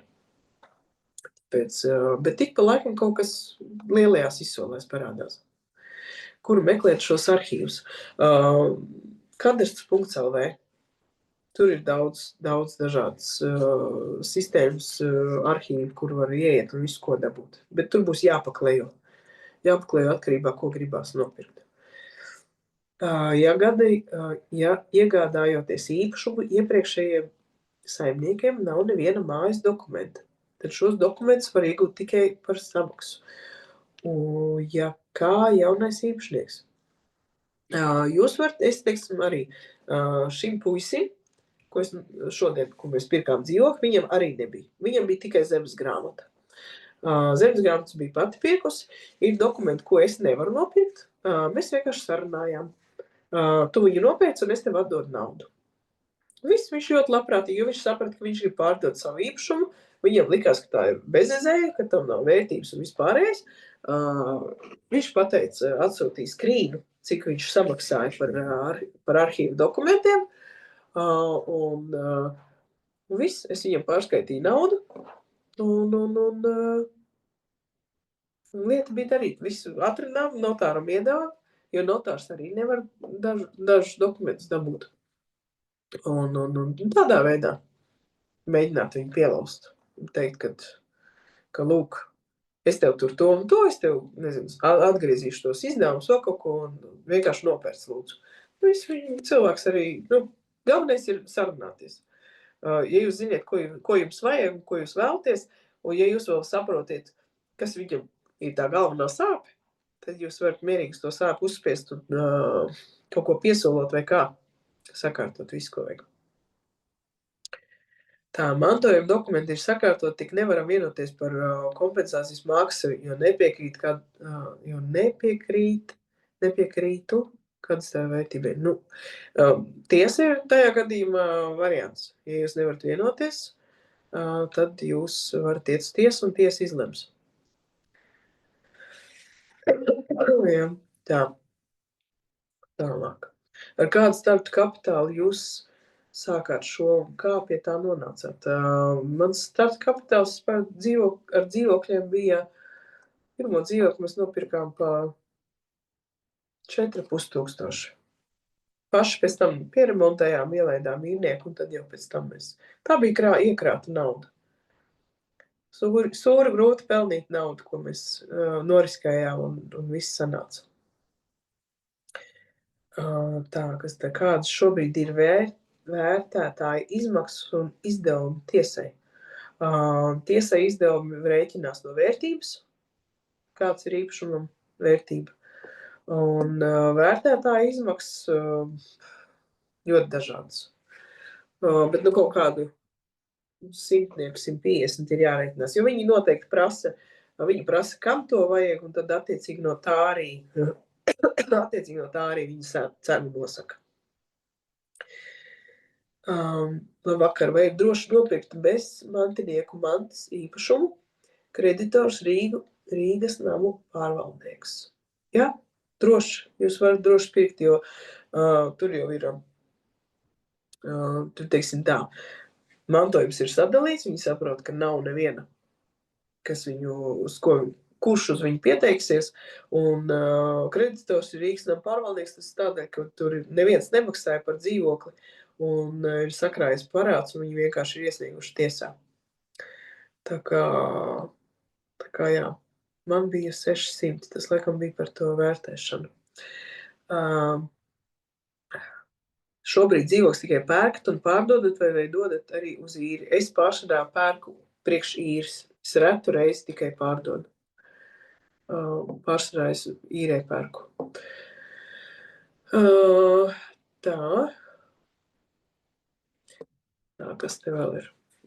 Ja nopērkot zemes grāmatu, bet īpašnieks nav ierakstīts, ir kāda cita opcija uzzināt, kas ir tiesiskais valdītājs. Ir gadījumi var būt tā, ka nav ierakstīts zemes grāmatā, jo nav sakārtot šī zemes grāmata, bet uz kaut kāda pamata viņam pieder viņu. Vai tas ir mantojuma sadalas akts, vai tas ir testaments, vai tas ir kaut kas tam līdzīgs. Bet tur ir tā nianse, ka jums ir jāsaprot, jums vajag to ķēdīt. Viņam ir mantojuma akts vai mantojuma sadalas akts, ka viņš ir dabūjis to māju vai dzīvokli no vecāka, teiksim, vai no vecvecāka. Lai ierakstītu zemes grāmatā, viņi skatīsies arī to, kā vecā mamma vai mamma, no atkarībā no kā viņš ir mantojis, kā šī persona ir dabūjusi īpašumā.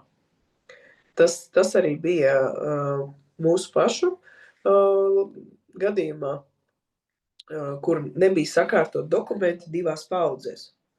Un līdz ar to mēs tā kā mantojām, sanāk, mūsu mamma mantoja no vecās mammas, bet vecā mammai, mainoties visiem kolhoziem, solhoziem, vispārējo, nebija sakārtot dokumentāciju. Mums vajadzēja vēl iepriekš atrast un pierādīt to, ka viņi būdami tur 10 bērni, ka pārējie visi ir atteikušies no tās ēkas, un vecā mamma bija palikusi vienīgā mantiniece.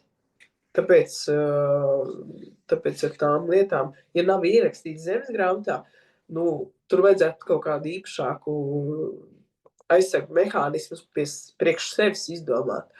Ja nu tomēr, lai arī viņš nav sakārtojis, varbūt izdevīgāk jums ir vienkārši sarunāt ar šo te pārdevēju un iekļaut līgumā, ka jūs samaksāsiet visus izdevumus, kas ir saistīti ar to, ka persona ieraksta zemes grāmatā šo te īpašumu.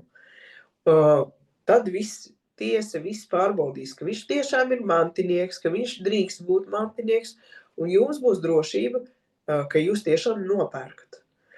Ja būs gadījums, ka viņš pārdod neierakstītu, jūs nopērkiet un izrādās, ka otrā paudzē tur nebija sakārtots un viņiem pat nepienākās. Jūs neiegūsiet ne naudu, jums nebūs ne naudas, ne mantas.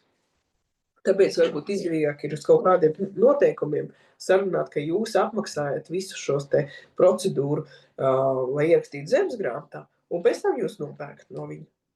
Tad jā, tas būtu, teiksim, tās drošāks variants. Un ja nu kaut kas notiek, tad varbūt mazāk zaudējumu tajā ziņā. TikTok kontents ļoti bieži par dzīvokļiem Igaunijā. Kāpēc biežāk Igaunijā īpašums iegādāties uz īri, ne Latvijā? Es biju pati tur sāku darboties Igaunijā. Man bija kādreiz 7 dzīvokļi.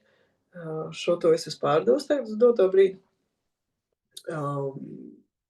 Es laikam teiktu, ka es varēju tur atļauties, jo tur ir lētāks starts.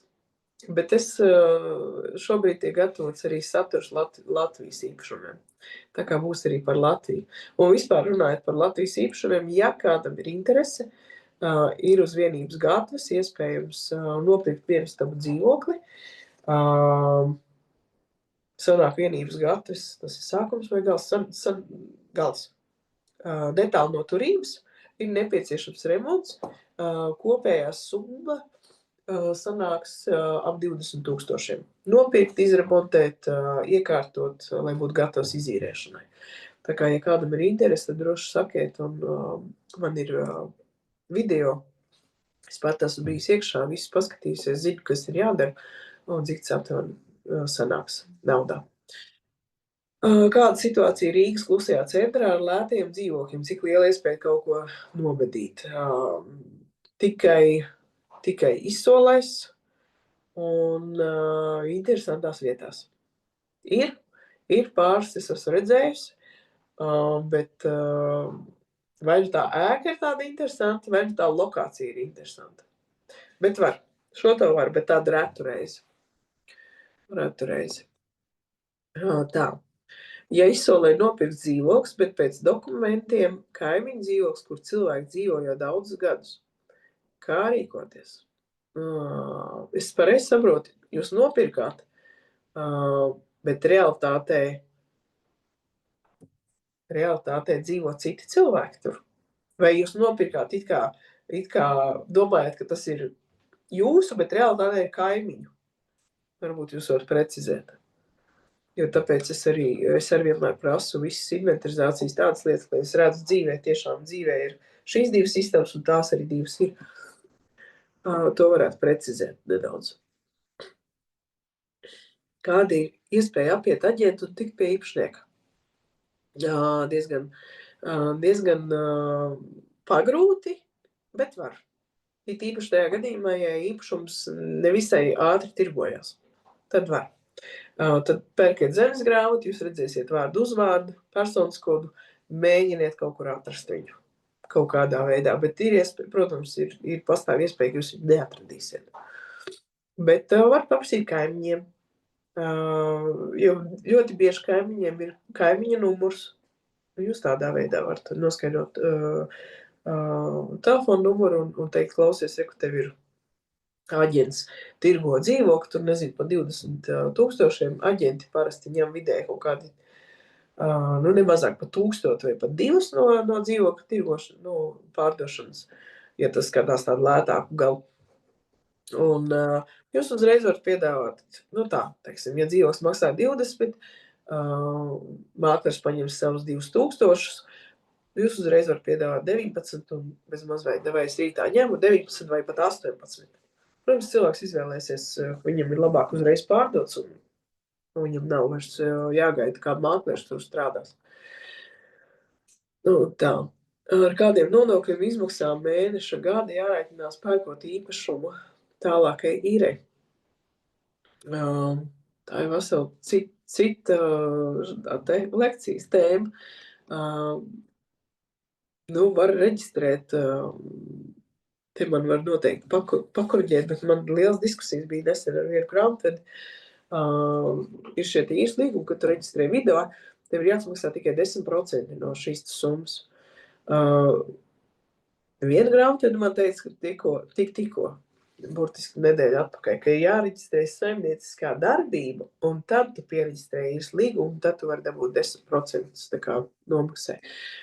Tā kā, tas lētākais ir 10%, bet tur opcijas ir ļoti dažādas. Ir interesi par vienības gatavas dzīvokli, super. Atsūtiet uz e-pastu vienkārši, ka jūs kaut vai vienības gatvi un visu, un man izliks, un es sapratīšu, kam aizsūtīt. Varat, man telefona numurs būs, tad es aizsūtīšu. Vai jūs savus dzīvokļus dodat īstermiņa īrē? Kurš veids tīrīšanu? Man pārsvarā pagaidām ir uz ilgtermiņa īri, bet paredzēts ir īpašums Ventspilī. Tā arī vispār tēma, ko es varu piedāvāt uz doto brīdi. Šodien mēs neesam vēl parakstījuši, bet mēs skaņojam līgumu. Ventspils centrā ir iespēja, labi, sākšu no sākuma, lai vienkārši centīšos skaidri izstāstīt. Man ir piedāvāts atdzīvināt viesnīcu Ventspils centrā, kur ir strādājusi 1 gadu, bet tas pārvaldnieks bija diezgan trikī, tur taisījis visāds gājiens, un viņam īsti nebija sanācis. Sanācis nebija tādēļ, kad arī īpašnieks man visu izskaidroja, kad viņš bija ielicis Bookingā šo te reklāmu, bet izrādās viņš pat nebija pārbaudījis, vai tā reklāma ir ielikusies, un tā viņš bija gaidījis 3 mēnešus, ka viņam atnāks kāds gulētājs. Gadās arī tā. Un viņš bija palicis parādā īpašniekam, kurš bija ieguldījis savu naudu, visu gultas, nopirka krēslus un visu pārējo.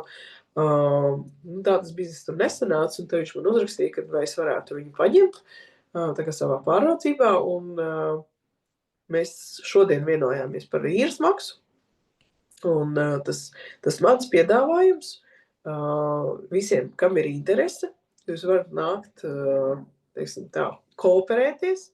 Tas darījums izstāsta sekojoši. Lai nāktu darījumā, nezinu, kā to vēl nosaukt, jums ir jāiemaksā 3000, jums būs īres tiesības uz, teiksim, 3000 par vienu numuriņu. Jūs nopērkat īres tiesības par 3000, tālāk es šo īpašumu upgradeoju, jo viņam ir jāizveido vizuālais noformējums.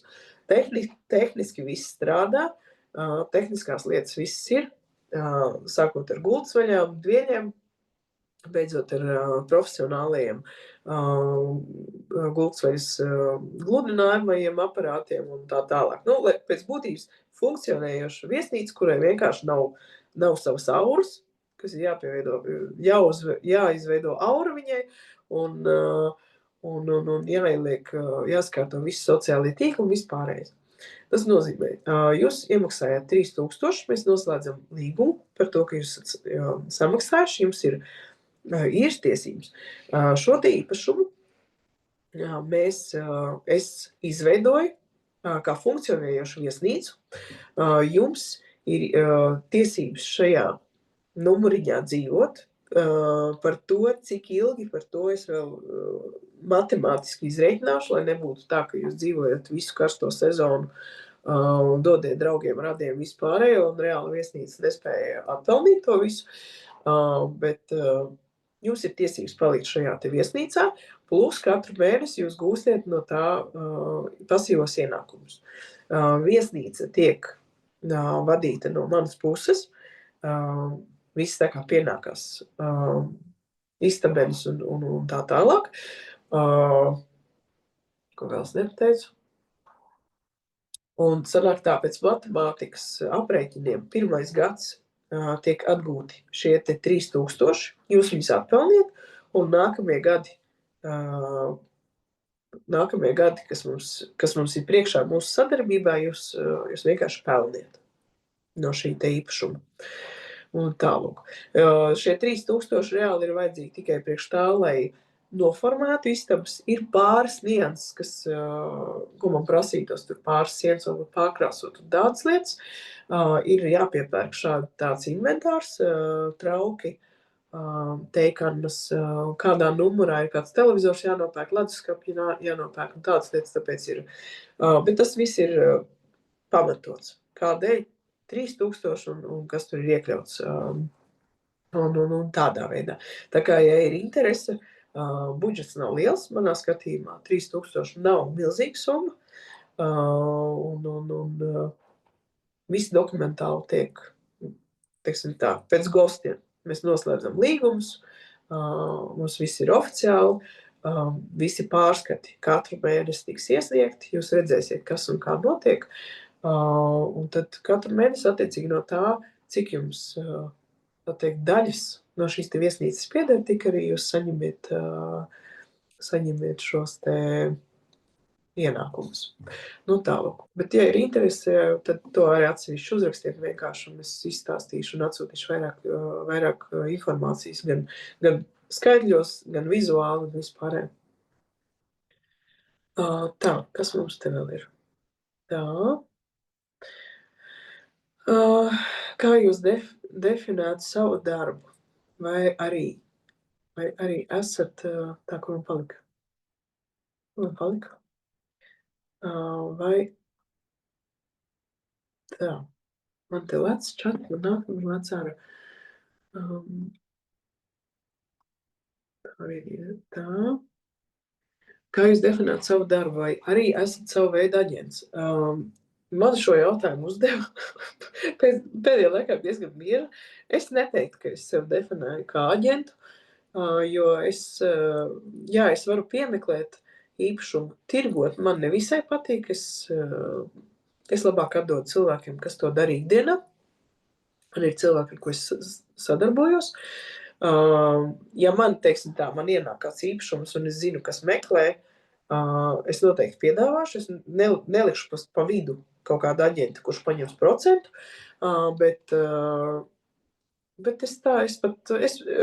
man nesen bija arī jāuzstājās BNI, un es teicu, ka es esmu, laikam, nestandarta nekustamā īpašuma attīstītājs. Jo es nevis ceļu jaunas mājas, bet es dodu otru elpu vecām mājām un nenovērtētiem dzīvokļiem un īpašumiem vispār kā tādiem. Tā gadījumā, ja dzīvokļu mājai tiek veikta renovācija, kas maksā par to īrnieks vai īpašnieks? Ja pie komunālā maksājumiem papildus summa, kā jūs vienosieties ar īrnieku? Man ir bijuši īrnieki, kas pateica uzreiz, es nemaksāšu, un bija īrnieki, kas kratīja ar galvu, ja rēķinā ierakstīs, tad es maksāju. Tā ir savstarpēja vienošanās tikai. Tā, kur tu pazini? Tā. Man pārlic uzreiz.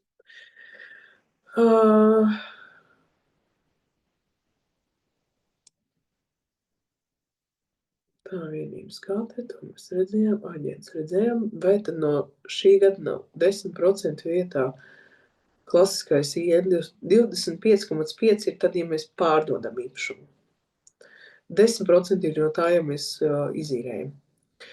Labāk pirkt uz uzņēmumu vai uz fizisku personu. Atkarībā, ko jūs plānojat darīt ar to īpašumu. Ja jums ir plānā tikai viens īpašums un nopirkāt, ilgtermiņā atdevāt, tad nav problēma. Tad pērciet uz privāto. Bet, ja jums ir doma nopirkt vienu, pēc tam, teiksim, ieķīlāt šo, lai nopirktu nākamo un tādā veidā audzējot šo te portfeli, tad es teiktu, taisiet uzņēmumu. Jo savādāk jūs nevarēsiet īsti ieķīlāt, jo viņi skatīsies jūsu ienākumus, apgādājumu skaitu un visu pārējo, bet uzņēmumā skatīsies uzņēmuma rādītājs un viņiem neinteresēs, vai jums ir 3 bērni, 5 bērni vai neviens bērns. Tāpēc, ja tas tāds lielāka apjoma darbs ir plānots, tad uzreiz labāks ieteikt. Var nopirkt privātu tagad un pēc tam pārcelt uz uzņēmumu. Arī tāda opcija. Pēc kāda principa izvēlēties pilsētu, kurās meklēt dzīvokļus? Līdz šim dzirdēts, ka Cēsis un Valmija īres dzīvokļi ir izķerti. Nulējās man ne tā. Īres dzīvokļi uz izķeršanu, bet nav info par citām pilsētām. Jums ir jāskatās vienkāršais esā, jāsalīdzina cenas. Kā es daru? Es parasti paskatos, kādas ir īres cenas tajā dzīvoklī, pilsētā. Kāds vispār ir piedāvājums? Ja ir ļoti daudz piedāvājums, tad es teiktu, ka pieprasījums nav tik liels, bet ja piedāvājums ir mazs, un ja jūs katru dienu ieiesiet, pastīsieties un uztaisīsiet sev tādu tā kā tabuliņu, kad, lūk, šodien bija tāds dzīvoklis, ienākšu rītā, paskatos tāds, šitais ir pazudis. Trešā dienā ienāku, paskatos, vēl viens ir pazudis. Atkal nāc viens klāt, tādā veidā jūs sapratīsiet, cik ātri tie dzīvokļi pazūd no turienes. Pēc tam jūs varat skatīties, kāda ir pārdošanas cena, cik kādā stāvoklī, vai tur jāiegulda vai nē. Un tad jau tālāk jūs vienkārši sarēķiniet, cik ātri viņš atmaksāsies. Tāpēc tas tāds nedaudz analītiskais moments ir. Bet ir Valmiera ļoti pieprasīt, ļoti. Pat Cēsīm es tā nevarētu teikt, es nezinu, man vēl nav bijis īsti saskara. Tad ir Dobelē ir dzīvojamās platības trūkums. Man teica vēl, Kurzemes pusē bija, vai Kuldīga, vai Talsi. Man liekas, ka Talsi bija tie. Tur vienkārši jāpasēž, jāpačeko ir. Tas tāds viens, teiksim tā, katru dienu pusstundu un pēc nedēļas 2 jūs uzreiz sapratīsiet, vai ir vai nav. Tā, nākamais, kas mums te vēl ir? Ja ir palicis dzīvoklis mantojumā, ko gribētu tos pārdot, kādiem dokumentiem jābūt kārtībā? Noteikti jums ir jāskārto mantojums, ka jūs esat jaunais īpašnieks, tad jums ir jāparēķina, kā jums ir izdevīgāk. Tas ir grāmatvediem jāprasa, kā tur ir, kurā brīdī ir jāmaksā nodoklis, kurā nav jāmaksā. Un tālāk, galvenais skatieties, lai ir tā ir dzīvoklis. Pastieties, vai ir inventarizācijas lieta, es domāju, pārsvarā tiem ir. Un pārējais jau tā kā vajadzētu būt ok. Galvenais, lai jums ir zemes grāmata sakārtot un lai kadastrā ir redzams, kurš dzīvoklis tiek, kas jūsu dzīvoklī ietilpst, tā teikt. Vai inventarizācijas lieta, vai citi, ir vēl kaut kāds nosaukums vēl vienam dokumentam, izkrit no prāta. Uz cik ilgu laiku ir šis ieguldījums? Tas būtu domāts par viesnīcu. Uz doto brīdi ir tā summu, mēs plānots ir atgūt gada laikā. Īres līgums mums tiek slēgts uz 5 gadiem, bet ar iespēju pagarināt. Jo īpašnieks tur ir tā, teiksim, cilvēks, kuram ir ļoti daudz īpašumu, un viņam ir tā vēlme maksimāli maz darīt. Tāpēc viņš ir ieinteresēts, lai viss sanāk, lai visiem viss ir izdevīgi, un tie īpašumi tiek eksploatēti, lai nav pa tukšo jākurina. Tādēļ mēs arī runājām šodien par tiem termiņiem. Es teicu, mēs paliksim pie 5 gadiem. Tāpat ilgāk par 10 gadiem mēs nedrīkstam slēgt ar likumu. Skatīsimies, jo viņš viennozīmīgi ir ieinteresēts uz maksimāli lielu ilgtermiņu.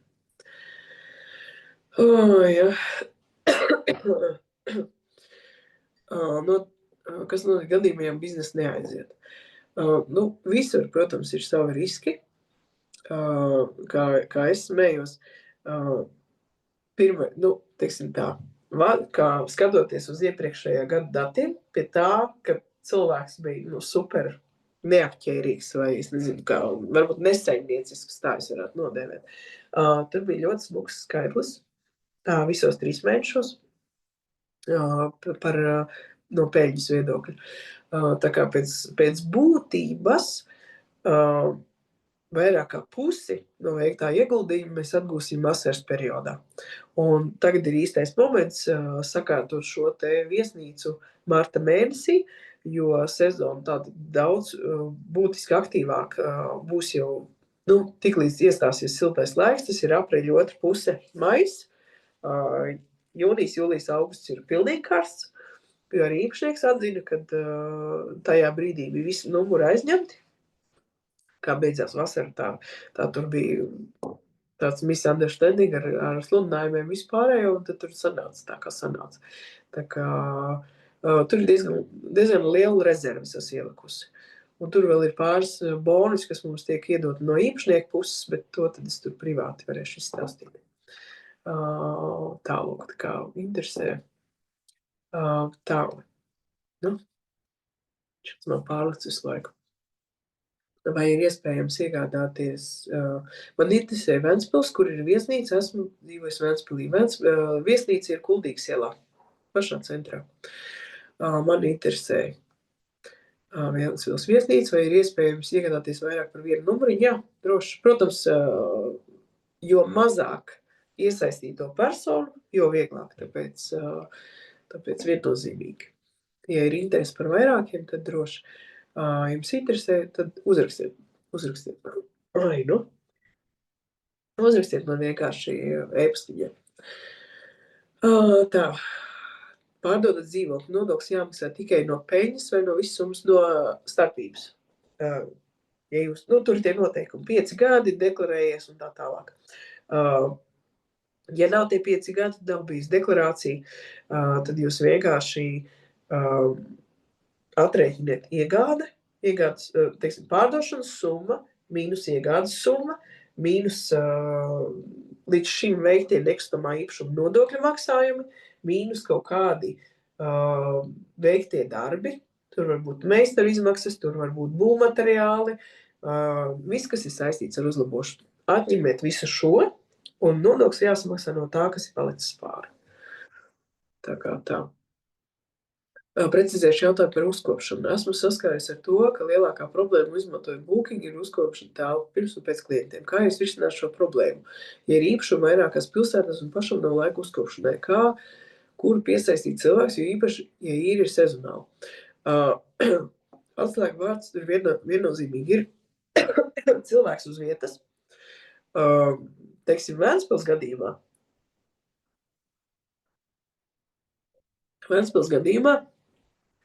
mums tiek piesaistīts profesionāls, kurš īpaši vasaras sezonā uzraudzīs praktikantus.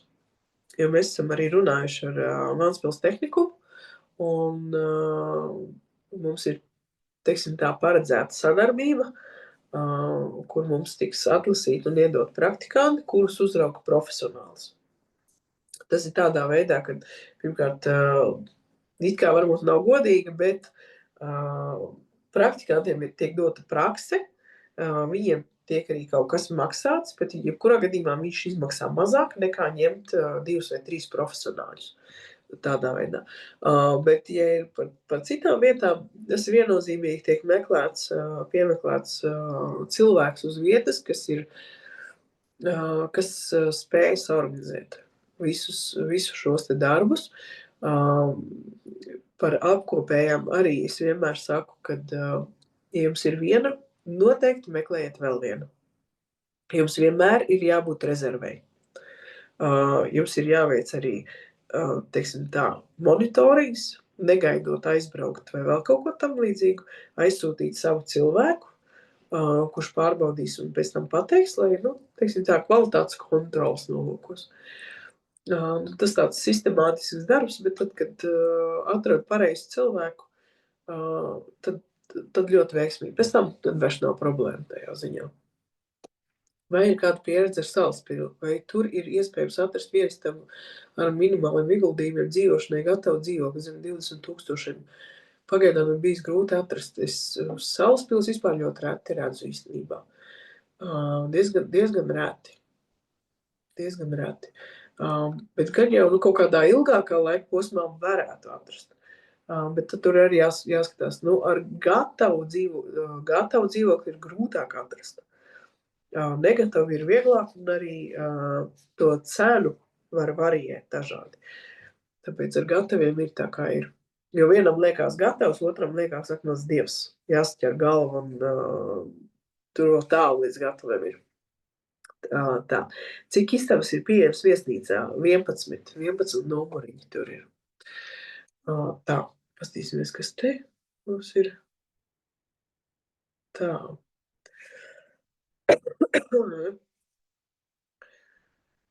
Tā. Liepājas pusē arī kā dzīvokli izriet. Nē, man Liepājā nav. Es biju skatījusies, bet es līdz pirkšanai neesmu tikusi. Izsoles dalība jebkuram īpašam 20 eiro. Ja Rīgas pašvaldība liek, viņi papildus liek vēl 75 eiro iekasē. Es esmu redzējis arī, kur iekasē 150 eiro. Tā kā tās iestādes reizēm var arī ļoti pēc saviem ieskatiem, tā teikt, izdomāt to reģistrācijas maksu. Tāds piķis, kāpēc paši pēc remonta netirgojiet, jo risks ir nepārdot ļoti ilgi. Jā, tas ir galvenais risks, kādēļ man nepatīk pirkt un pārdot, jo tagad ir, teikšu, nestabila situācija visādās frontēs. Tāpēc es vairāk dodu priekšroku pirkt un paturiet. Pārdot vienmēr varēs, kā teikt. Gudri cilvēki taču neatdod savas gudrības. Neko darīt. Es laikam neesmu pie tā. Bez komisijas paņemiet un atstājiet cilvēkus ar bezjēdzīgu hātu, kur jāmaksā rēķini, zemes nodoklis un tā tālāk. Labi, nesapratu to. Tev nav rada no Limbaša puses? Nē, man nav. Cik ilgi var nemaksāt nodokļus par īpašumu pārdošanu, ja plānots vietā pirkt kādu cita tipa īpašumu? Ja nemaldos, gads tur bija. Es šim posmam neesmu gājis cauri, kad pārdod vienu un nesamaksā nodokli, lai iegādātos nākamo. To es neesmu realizējis, tāpēc es zinu, es esmu lasījis kaut kur gads, bet es neesmu. Bet neesmu pārliecināta. Tā, tur tā kā ir viss skaidrs. Kas mums te ir parādījies? Jā, ieraksts būs, jā. Jā, būs pieejams ieraksts. Lūk, tad mēs varam atgriezties pie tā izsolē mēs izrunājām. Tā. Viennozīmīgi ir arī opcija, kur var atrast īpašumus, tie ir mākleri un aģenti. Mākleri, aģentūras, un varbūt esat kādreiz pamanījuši, ir tāda, ik pa laikam parādās reklāmas, kad nopirksim visus īpašumus, jeb kādā stāvoklī ar parādiem, ar vēl visādām lietām un piedevām tūlītēji samaksa. Jūs droši varat rakstīt šīm te organizācijām, jeb SIA vai es nezinu, kā viņas nosaukt, jo viņi arī meklē šādu tipu īpašumus, bet ir tā, kā mēs vienreiz runājām ar vienu aģentūras īpašnieku, viņi arī pērk šo informāciju, viņi paņem no šīs te kompānijas, kas it kā pērk visu, bet viņi nepērk visu, viņi paņem tikai to, kas viņiem interesē, un pārējais viss pēc būtības viņiem aiziet miskastē. Tad mēs varam savākt šo te miskasti, un no viņas paņemt to, kas mums interesē. Tā kā nav jākaunās, ļoti bieži arī aģentūrām uzraksta cilvēki ar kaut kādām mazākām summām un vispārējo. Es zinu, ir aģentūras, kuras ir noteikušas sev slieksni, ka viņi nestrādā ar īpašumiem, kas ir zem 200 000 vai zem 100 000, un līdz ar to šis te īpašums, kas ir kā pa 20-30 000, viņiem ir nelikvīds, un jūs šo te varat paņemt. Tā kā jūs droši varat uzrunāt aģentus, aģentūras, vēl cita veida censoņus, kas strādā ar to. Viņiem noteikti tik pa laikam var parādīties kaut kas, jo arī nesen es braucu skatīties uz vienības gatavas dzīvokli, un diezgan kurjos situācija sanāca. Mēs aizbraucām pastīties, runājam ar mākleri, viņš saka, iesim koridorī, tā kā jau to sarunu uz beigām mēs vedam, un pēkšņi iznāk pretējā dzīvokļa kaimiņš, jo viņš dzirdēja, ka kāds runā, viņš saka, kas notiek, un tā, mākleris saka, es tirgoju šo dzīvokli, jā, es vācu ārā savējo, un es ar sev tirgošu. Viss, un šī gadījumā sanāca tā, ka mākleri tirgots dzīvoklis mums galīgi nederēja, un savukārt tas dzīvoklis bija ļoti kā laikā. Bet mākleris neatmet cerības, un viņš pateica, es tagad zinu, kam man sūtīt informāciju, ja kaut kas man interesants un tāds nestandarts parādās, tāpēc viņi ļoti labprāt jums arī iedos šo te informāciju. Jo tas būs tāds, teiksim, vieglais darījums viņam. Viņam nebūs tur jārāda, nebūs vēl kaut kas, nebūs tur 5, 10 cilvēkiem jārāda. Viņi parādīs jums, jūs viņu paņemsiet un visi. Tāpēc droši runājiet, uzrunājiet viņus un par to nav jākaunās. Tad, kas ir vēl? Tad noteikti ejiet cauri pašvaldību īpašumiem. Katrai pašvaldībai ir mājaslapā ievietoti pašvaldības īpašums vai nekustami īpašumi vai kaut kas tam līdzīgs viņi saucās. Jūs varat iziet cauri tam sarakstam, jūs redzēsiet, kas viņiem pieder.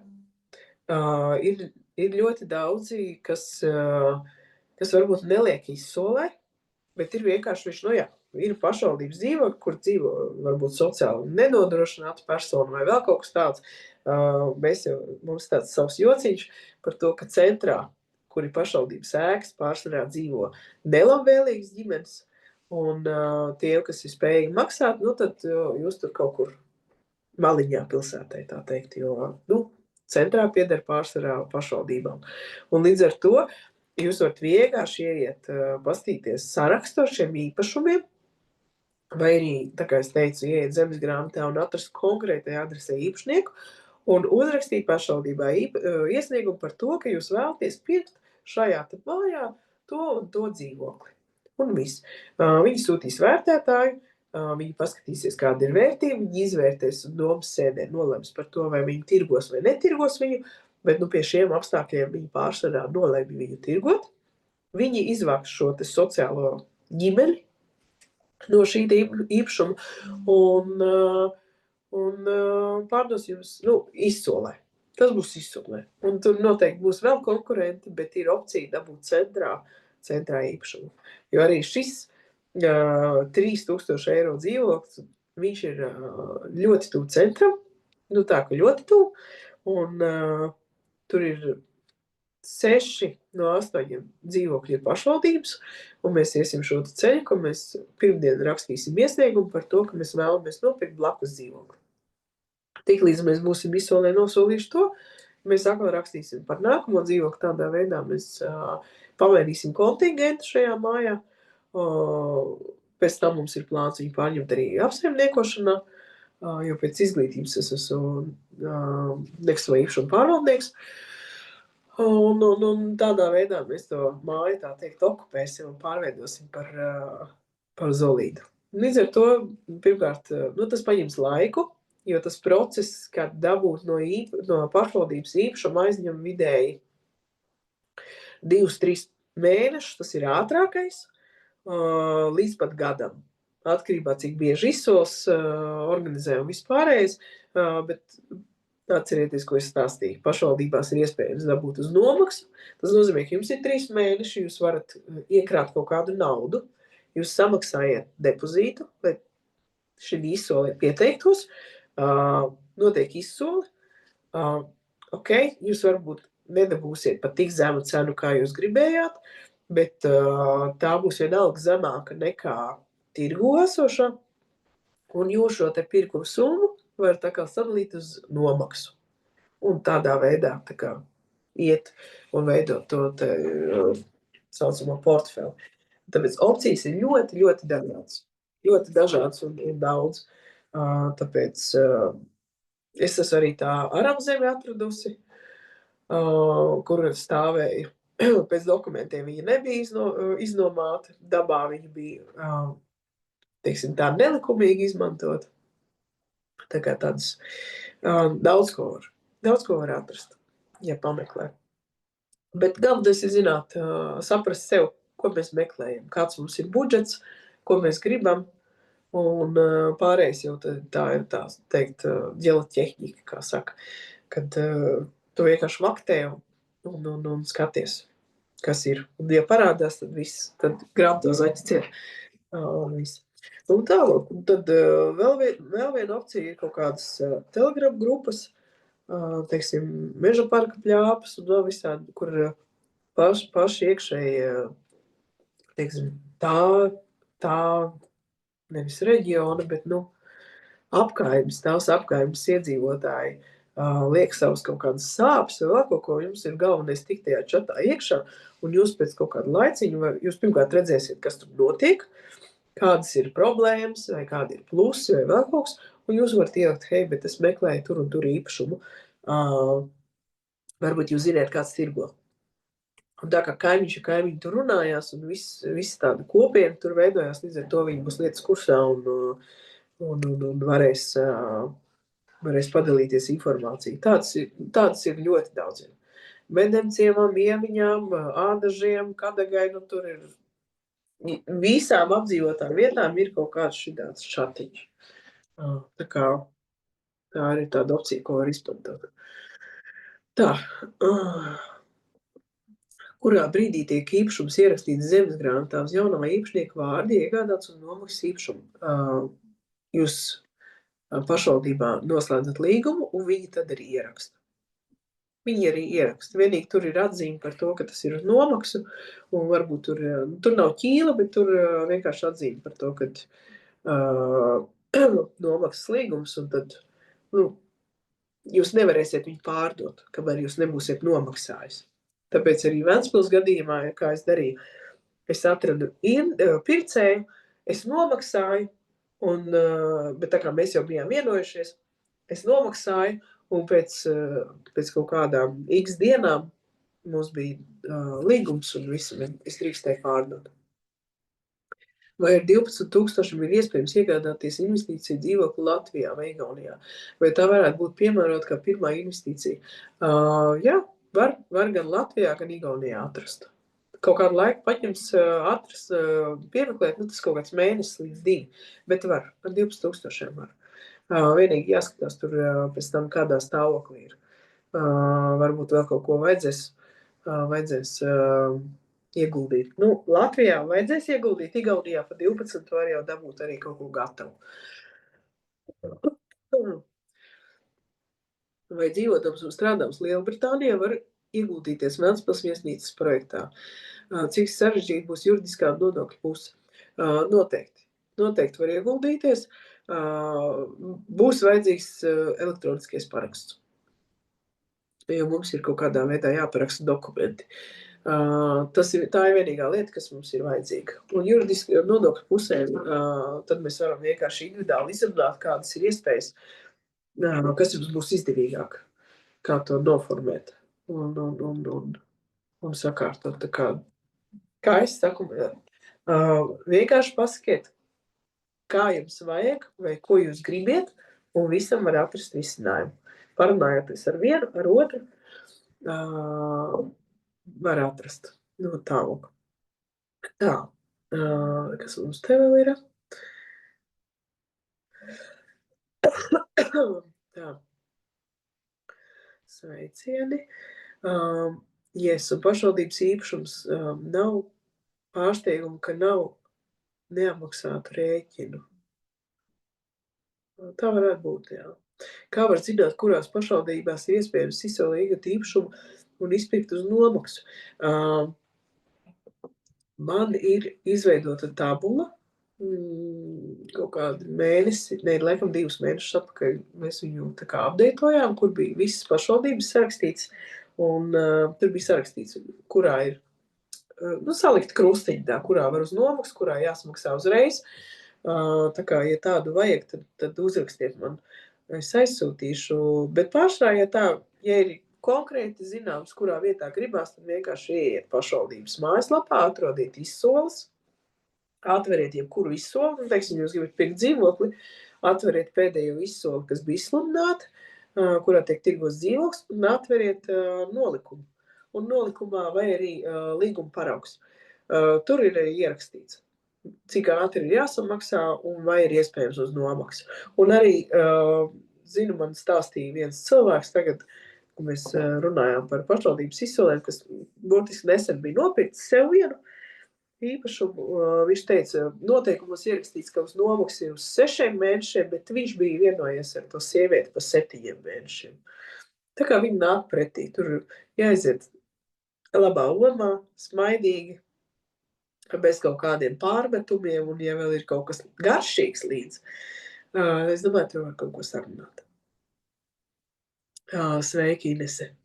Tā, vai ir kādas bankas, kas dod kredīti ieķīlājot LS zemi vai meža īpašumu? Tā. Zemi ieķīlāt var. Zinu, ka Vest kredīts dod, bet tur tie procenti ir lielāki. Tur ir jāpapēta. Noteikti ir. Ir, kas dod. Tur jautājums ir par procentiem, kas ir izdevīgāks un kas nav izdevīgāks. Tīri par to ir jāparēķina. Sveicināti, es nokavēju sākumu dēļ darbiņu, taču Igaunijas tirgus gribētos uzzināt vairāk. Par Igauniju droši uzrakstiet man ziņu, un es vēlāk aizsūtīšu informāciju par to. Nu tālāk, tā kā es laikam esmu tā kā saviem punktiem esmu izgājis cauri. Ja ir vēl kaut kādi jautājumi, tad droši sakiet. Ja jums ir kaut kādas super tēmas, par ko jūs gribat runāt, jūs to droši varat norādīt. Jums uz e-pastu atnāks, manuprāt, pēc kādām 10 minūtēm. Novērtējuma anketa, kur jūs varat ierakstīt, ko jūs vēl gribētu dzirdēt, un varbūt ir kaut kāda, kaut kādas vēl vēlmes specifiskākas, vai vēl kaut ko, vai kāda konsultācija, vai kaut kas tam līdzīgs, tad droši rakstiet. Diegs rakstīja par Vienības gatavi un Ventspili. Atbildiet vienkārši to pašu e-pastiņu. Uzrakstiet vai nu Ventspils vai Vienības gatavi, un tad es jums atbildēšu. Tā. Tā. Vai ir iespējams izīriet dzīvokli, ja viņš ir paņemts ar hipotēku? Jālasa līgums. Ir ļoti daudz bankas, kas atļauj izīrēt, bet ar viņu piekrišanu. Tāpēc jāpalasa noteikums ir.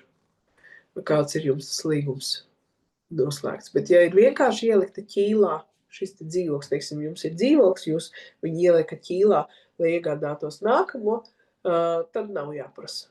Tad jūs varat izīrēt kaut Romas pāvestam. Bet, ja jums ir hipotēka, tad līgumā ir noteikti norādīts, un es pat teiktu, laikam 99%, kad vai nu nedrīkst, vai nu tikai ar bankas piekrišanu. Bet, ja ir bankas piekrišana, viņi var mainīt uzreiz kaut kādas procentu liksmi vai kaut ko tam līdzīgu. Liels paldies par vērtīgo informāciju, par ko paldies, ka klausījāties. Kā uzņēmumam es padzeršos nedaudz. Tā. Palika.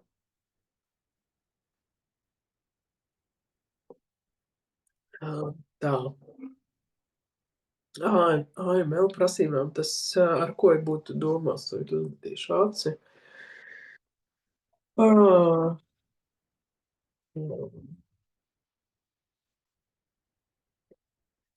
Pilnīdās. Ok, es sapratu.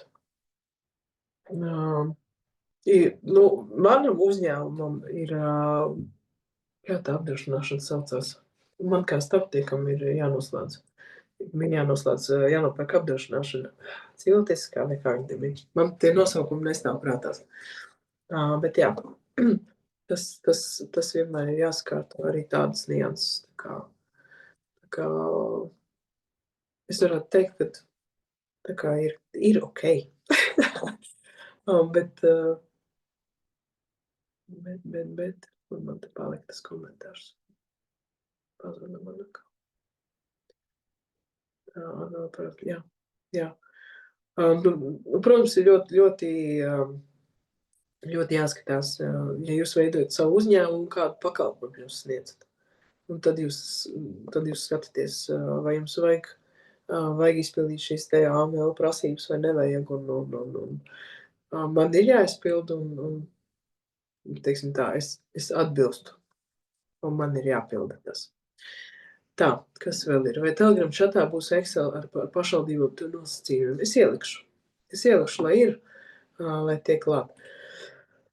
Tā, pateicos par interesanto webināru. Lūdzu, nav par ko. Paldies par veltīto laiku un informāciju. Veselību, jā. Šonadēļ tā veselība tiešām man noderēs. Neliels pārgājiens, un ar to mans pārgājiens ir filozējies šādi. Tā, vai būs ieraksts? Jā, būs ieraksts. Tā, vai ir? Tā, vai ir? Tā, ir komentāri man lec pāri, un tad man padod. Tā ieraksts būs, cik noprot no līguma visiem, kas nodarbojas un nekustamo īpašumu, jābūt iekšējai sistēmai, procedūrai, lai novērstu nelegālas naudas legalizāciju caur īpašumiem. Jā. Tas attiecas uz starpniekiem. Tas ir tieši uz starpniekiem, ja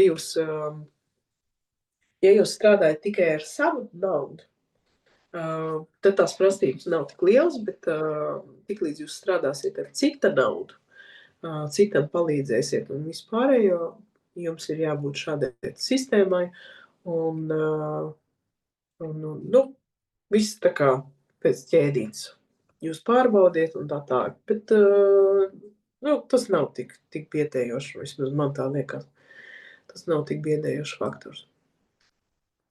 Vai ir pieredze paņemt īrēt ilgtermiņā lētu dzīvokli sliktā stāvoklī, uzsvaršanāt un īrēt tālāk dārgāk? Paties savu īpašumu tā neesmu darījusi. Man sanāca tā, ka es biju jau atradusi dzīvokli, ar kuru tā darīt Ziepniekalnā, bet man viņu nocēla. Es biju sarunājis, ka es braukšu nākamā dienā skatīties, un es jau biju tā kā nolēmusi, ka es viņu ņemšu, bet es pazvanīju nākamā dienā, un viņi pateica, ka tur jau ir paņemts. Tāpēc es arī iesaku vienmēr, ja jūs redzat, ka ir, un cipari saliekās, negaidiet nākamo dienu, brauciet, vienojieties uzreiz vai kaut kādā opcijā tur sakārtojiet to. Paldies, bija interesanti, paldies jums. Savu pieredzi, informāciju un idejām. Jā, milzīgs paldies jums arī par to, ka jūs tik ilgi klausījāties mani. Es domāju, ka par īpašumu var ļoti daudz runāt. Ļoti daudz un ļoti tās nianses ir tik dažādas un tās iespējas, ko ar viņu izdarīt un kā to izdarīt, ir ļoti daudz. Tāpēc, kā es saku, vienmēr, ja cilvēks man uzraksta, es paprasu, kāds ir budžets, ko tu gribi. Ja īsti nezinu, ko gribi, tad es uzreiz prasu, ko labāk tu negribi. Jo citam negribās iet kopīpašumā, citam negribās kredītu, citam negribās vēl kaut ko. Tad tā ir tā, teiksim tā, ja mēs zinām, ko mēs negribam, tā jau ir puse no visa. Tāpēc tās ir divas galvenās lietas. Un tad jau pārējais jau iet tas jau tālāk jau izkristalizējās ar katru darījumu. Arī ir bijis tā, ka, jā, es gribu šādu tādu, ka tu, teiksim, es gribu dzīvot, kurā pēc tam kur izīrēt, man ir tāds budžets, viss baigi forši, mēs varam vairākus atļauties, un es aizsūtu vienu, otru, trešo variantu, un tad cilvēks saprot, nē, bet šādā mājā es negribu, teiksim, sēriju veidā, es negribu, es gribu kaut ko tur jūgenstilā ēkā, vēl kaut ko, tad tas ir process. Un tajā procesā mēs arī, ejot cauri, mēs arī saprotam, ko mēs esam gatavi, kam mēs neesam gatavi, ko mēs gribam, ko mēs negribam un tā tālāk. Pašvaldība izsoļ daudz dzīvokļus ārpus novada centriem. Vai ir vērts tādu iegādāties īrē? Skatieties uz skaitļiem. Skatieties, vai tur ir piedāvājums, kādas cenas, vai ir pieprasījums. Es parasti uz tādām lietām, ja mēs paši viņā nedzīvojam, tad skatāmies uz īpašumu tikai caur skaitļiem. Cik nopērkam, cik mums jāiegulda un pa cik mēs varam izīrēt. Un ja tas ir saliekās tā, ka mēs varam atpeldīties kaut kādos 7 gados, tas ir ok. Priekš īpašumu tas ir ļoti ok. Protams, jo mazāk, jo labāk, bet pārsvarā, es eju tā, kad ir starp ne vairāk kā 7 gadi. Man ir viens īpašums, kur ir tā kā pie 9 gadi, bet tas ir ļoti, ļoti liels īpašums. Un tur tas mērķis ir pavisam cits. Tur ir nevis atpelnīt ieguldīto, bet tur ir mērķis viņu, lai priekšstats 900 kvadrātmetru daudz dzīvokļu māju. Mēs viņu esam nopirkuši, viņi nebija apdzīvoti 20 gadus. Mēs viņu atjaunojam, paralēli, kas ir gatavs, mēs jau izīrējam, un tādā veidā mēs pabeigsim pilnīgi visu ēku, savedīsim kārtībā, un mēs viņu pārdosim kā gatavu biznesu. Tāpēc tas termiņš, kas ir izmaksās it kā 9 gada atmaksāšanās, liekas it kā tālu, bet ja mēs pareiķinām, cik mēs nopirkām, cik mēs ieguldīsim, un mēs viņu varēsim pārdot, tā, rēķinot kaut kādā 800 000, un arī tad tas cilvēks, kas nopirks par 800 000, atpelnīs to summu kaut kādos 7, 8 gados, arī tad ir ļoti ok. Tāpēc ir izņēmumi, ka tas termiņš var būt garāks, bet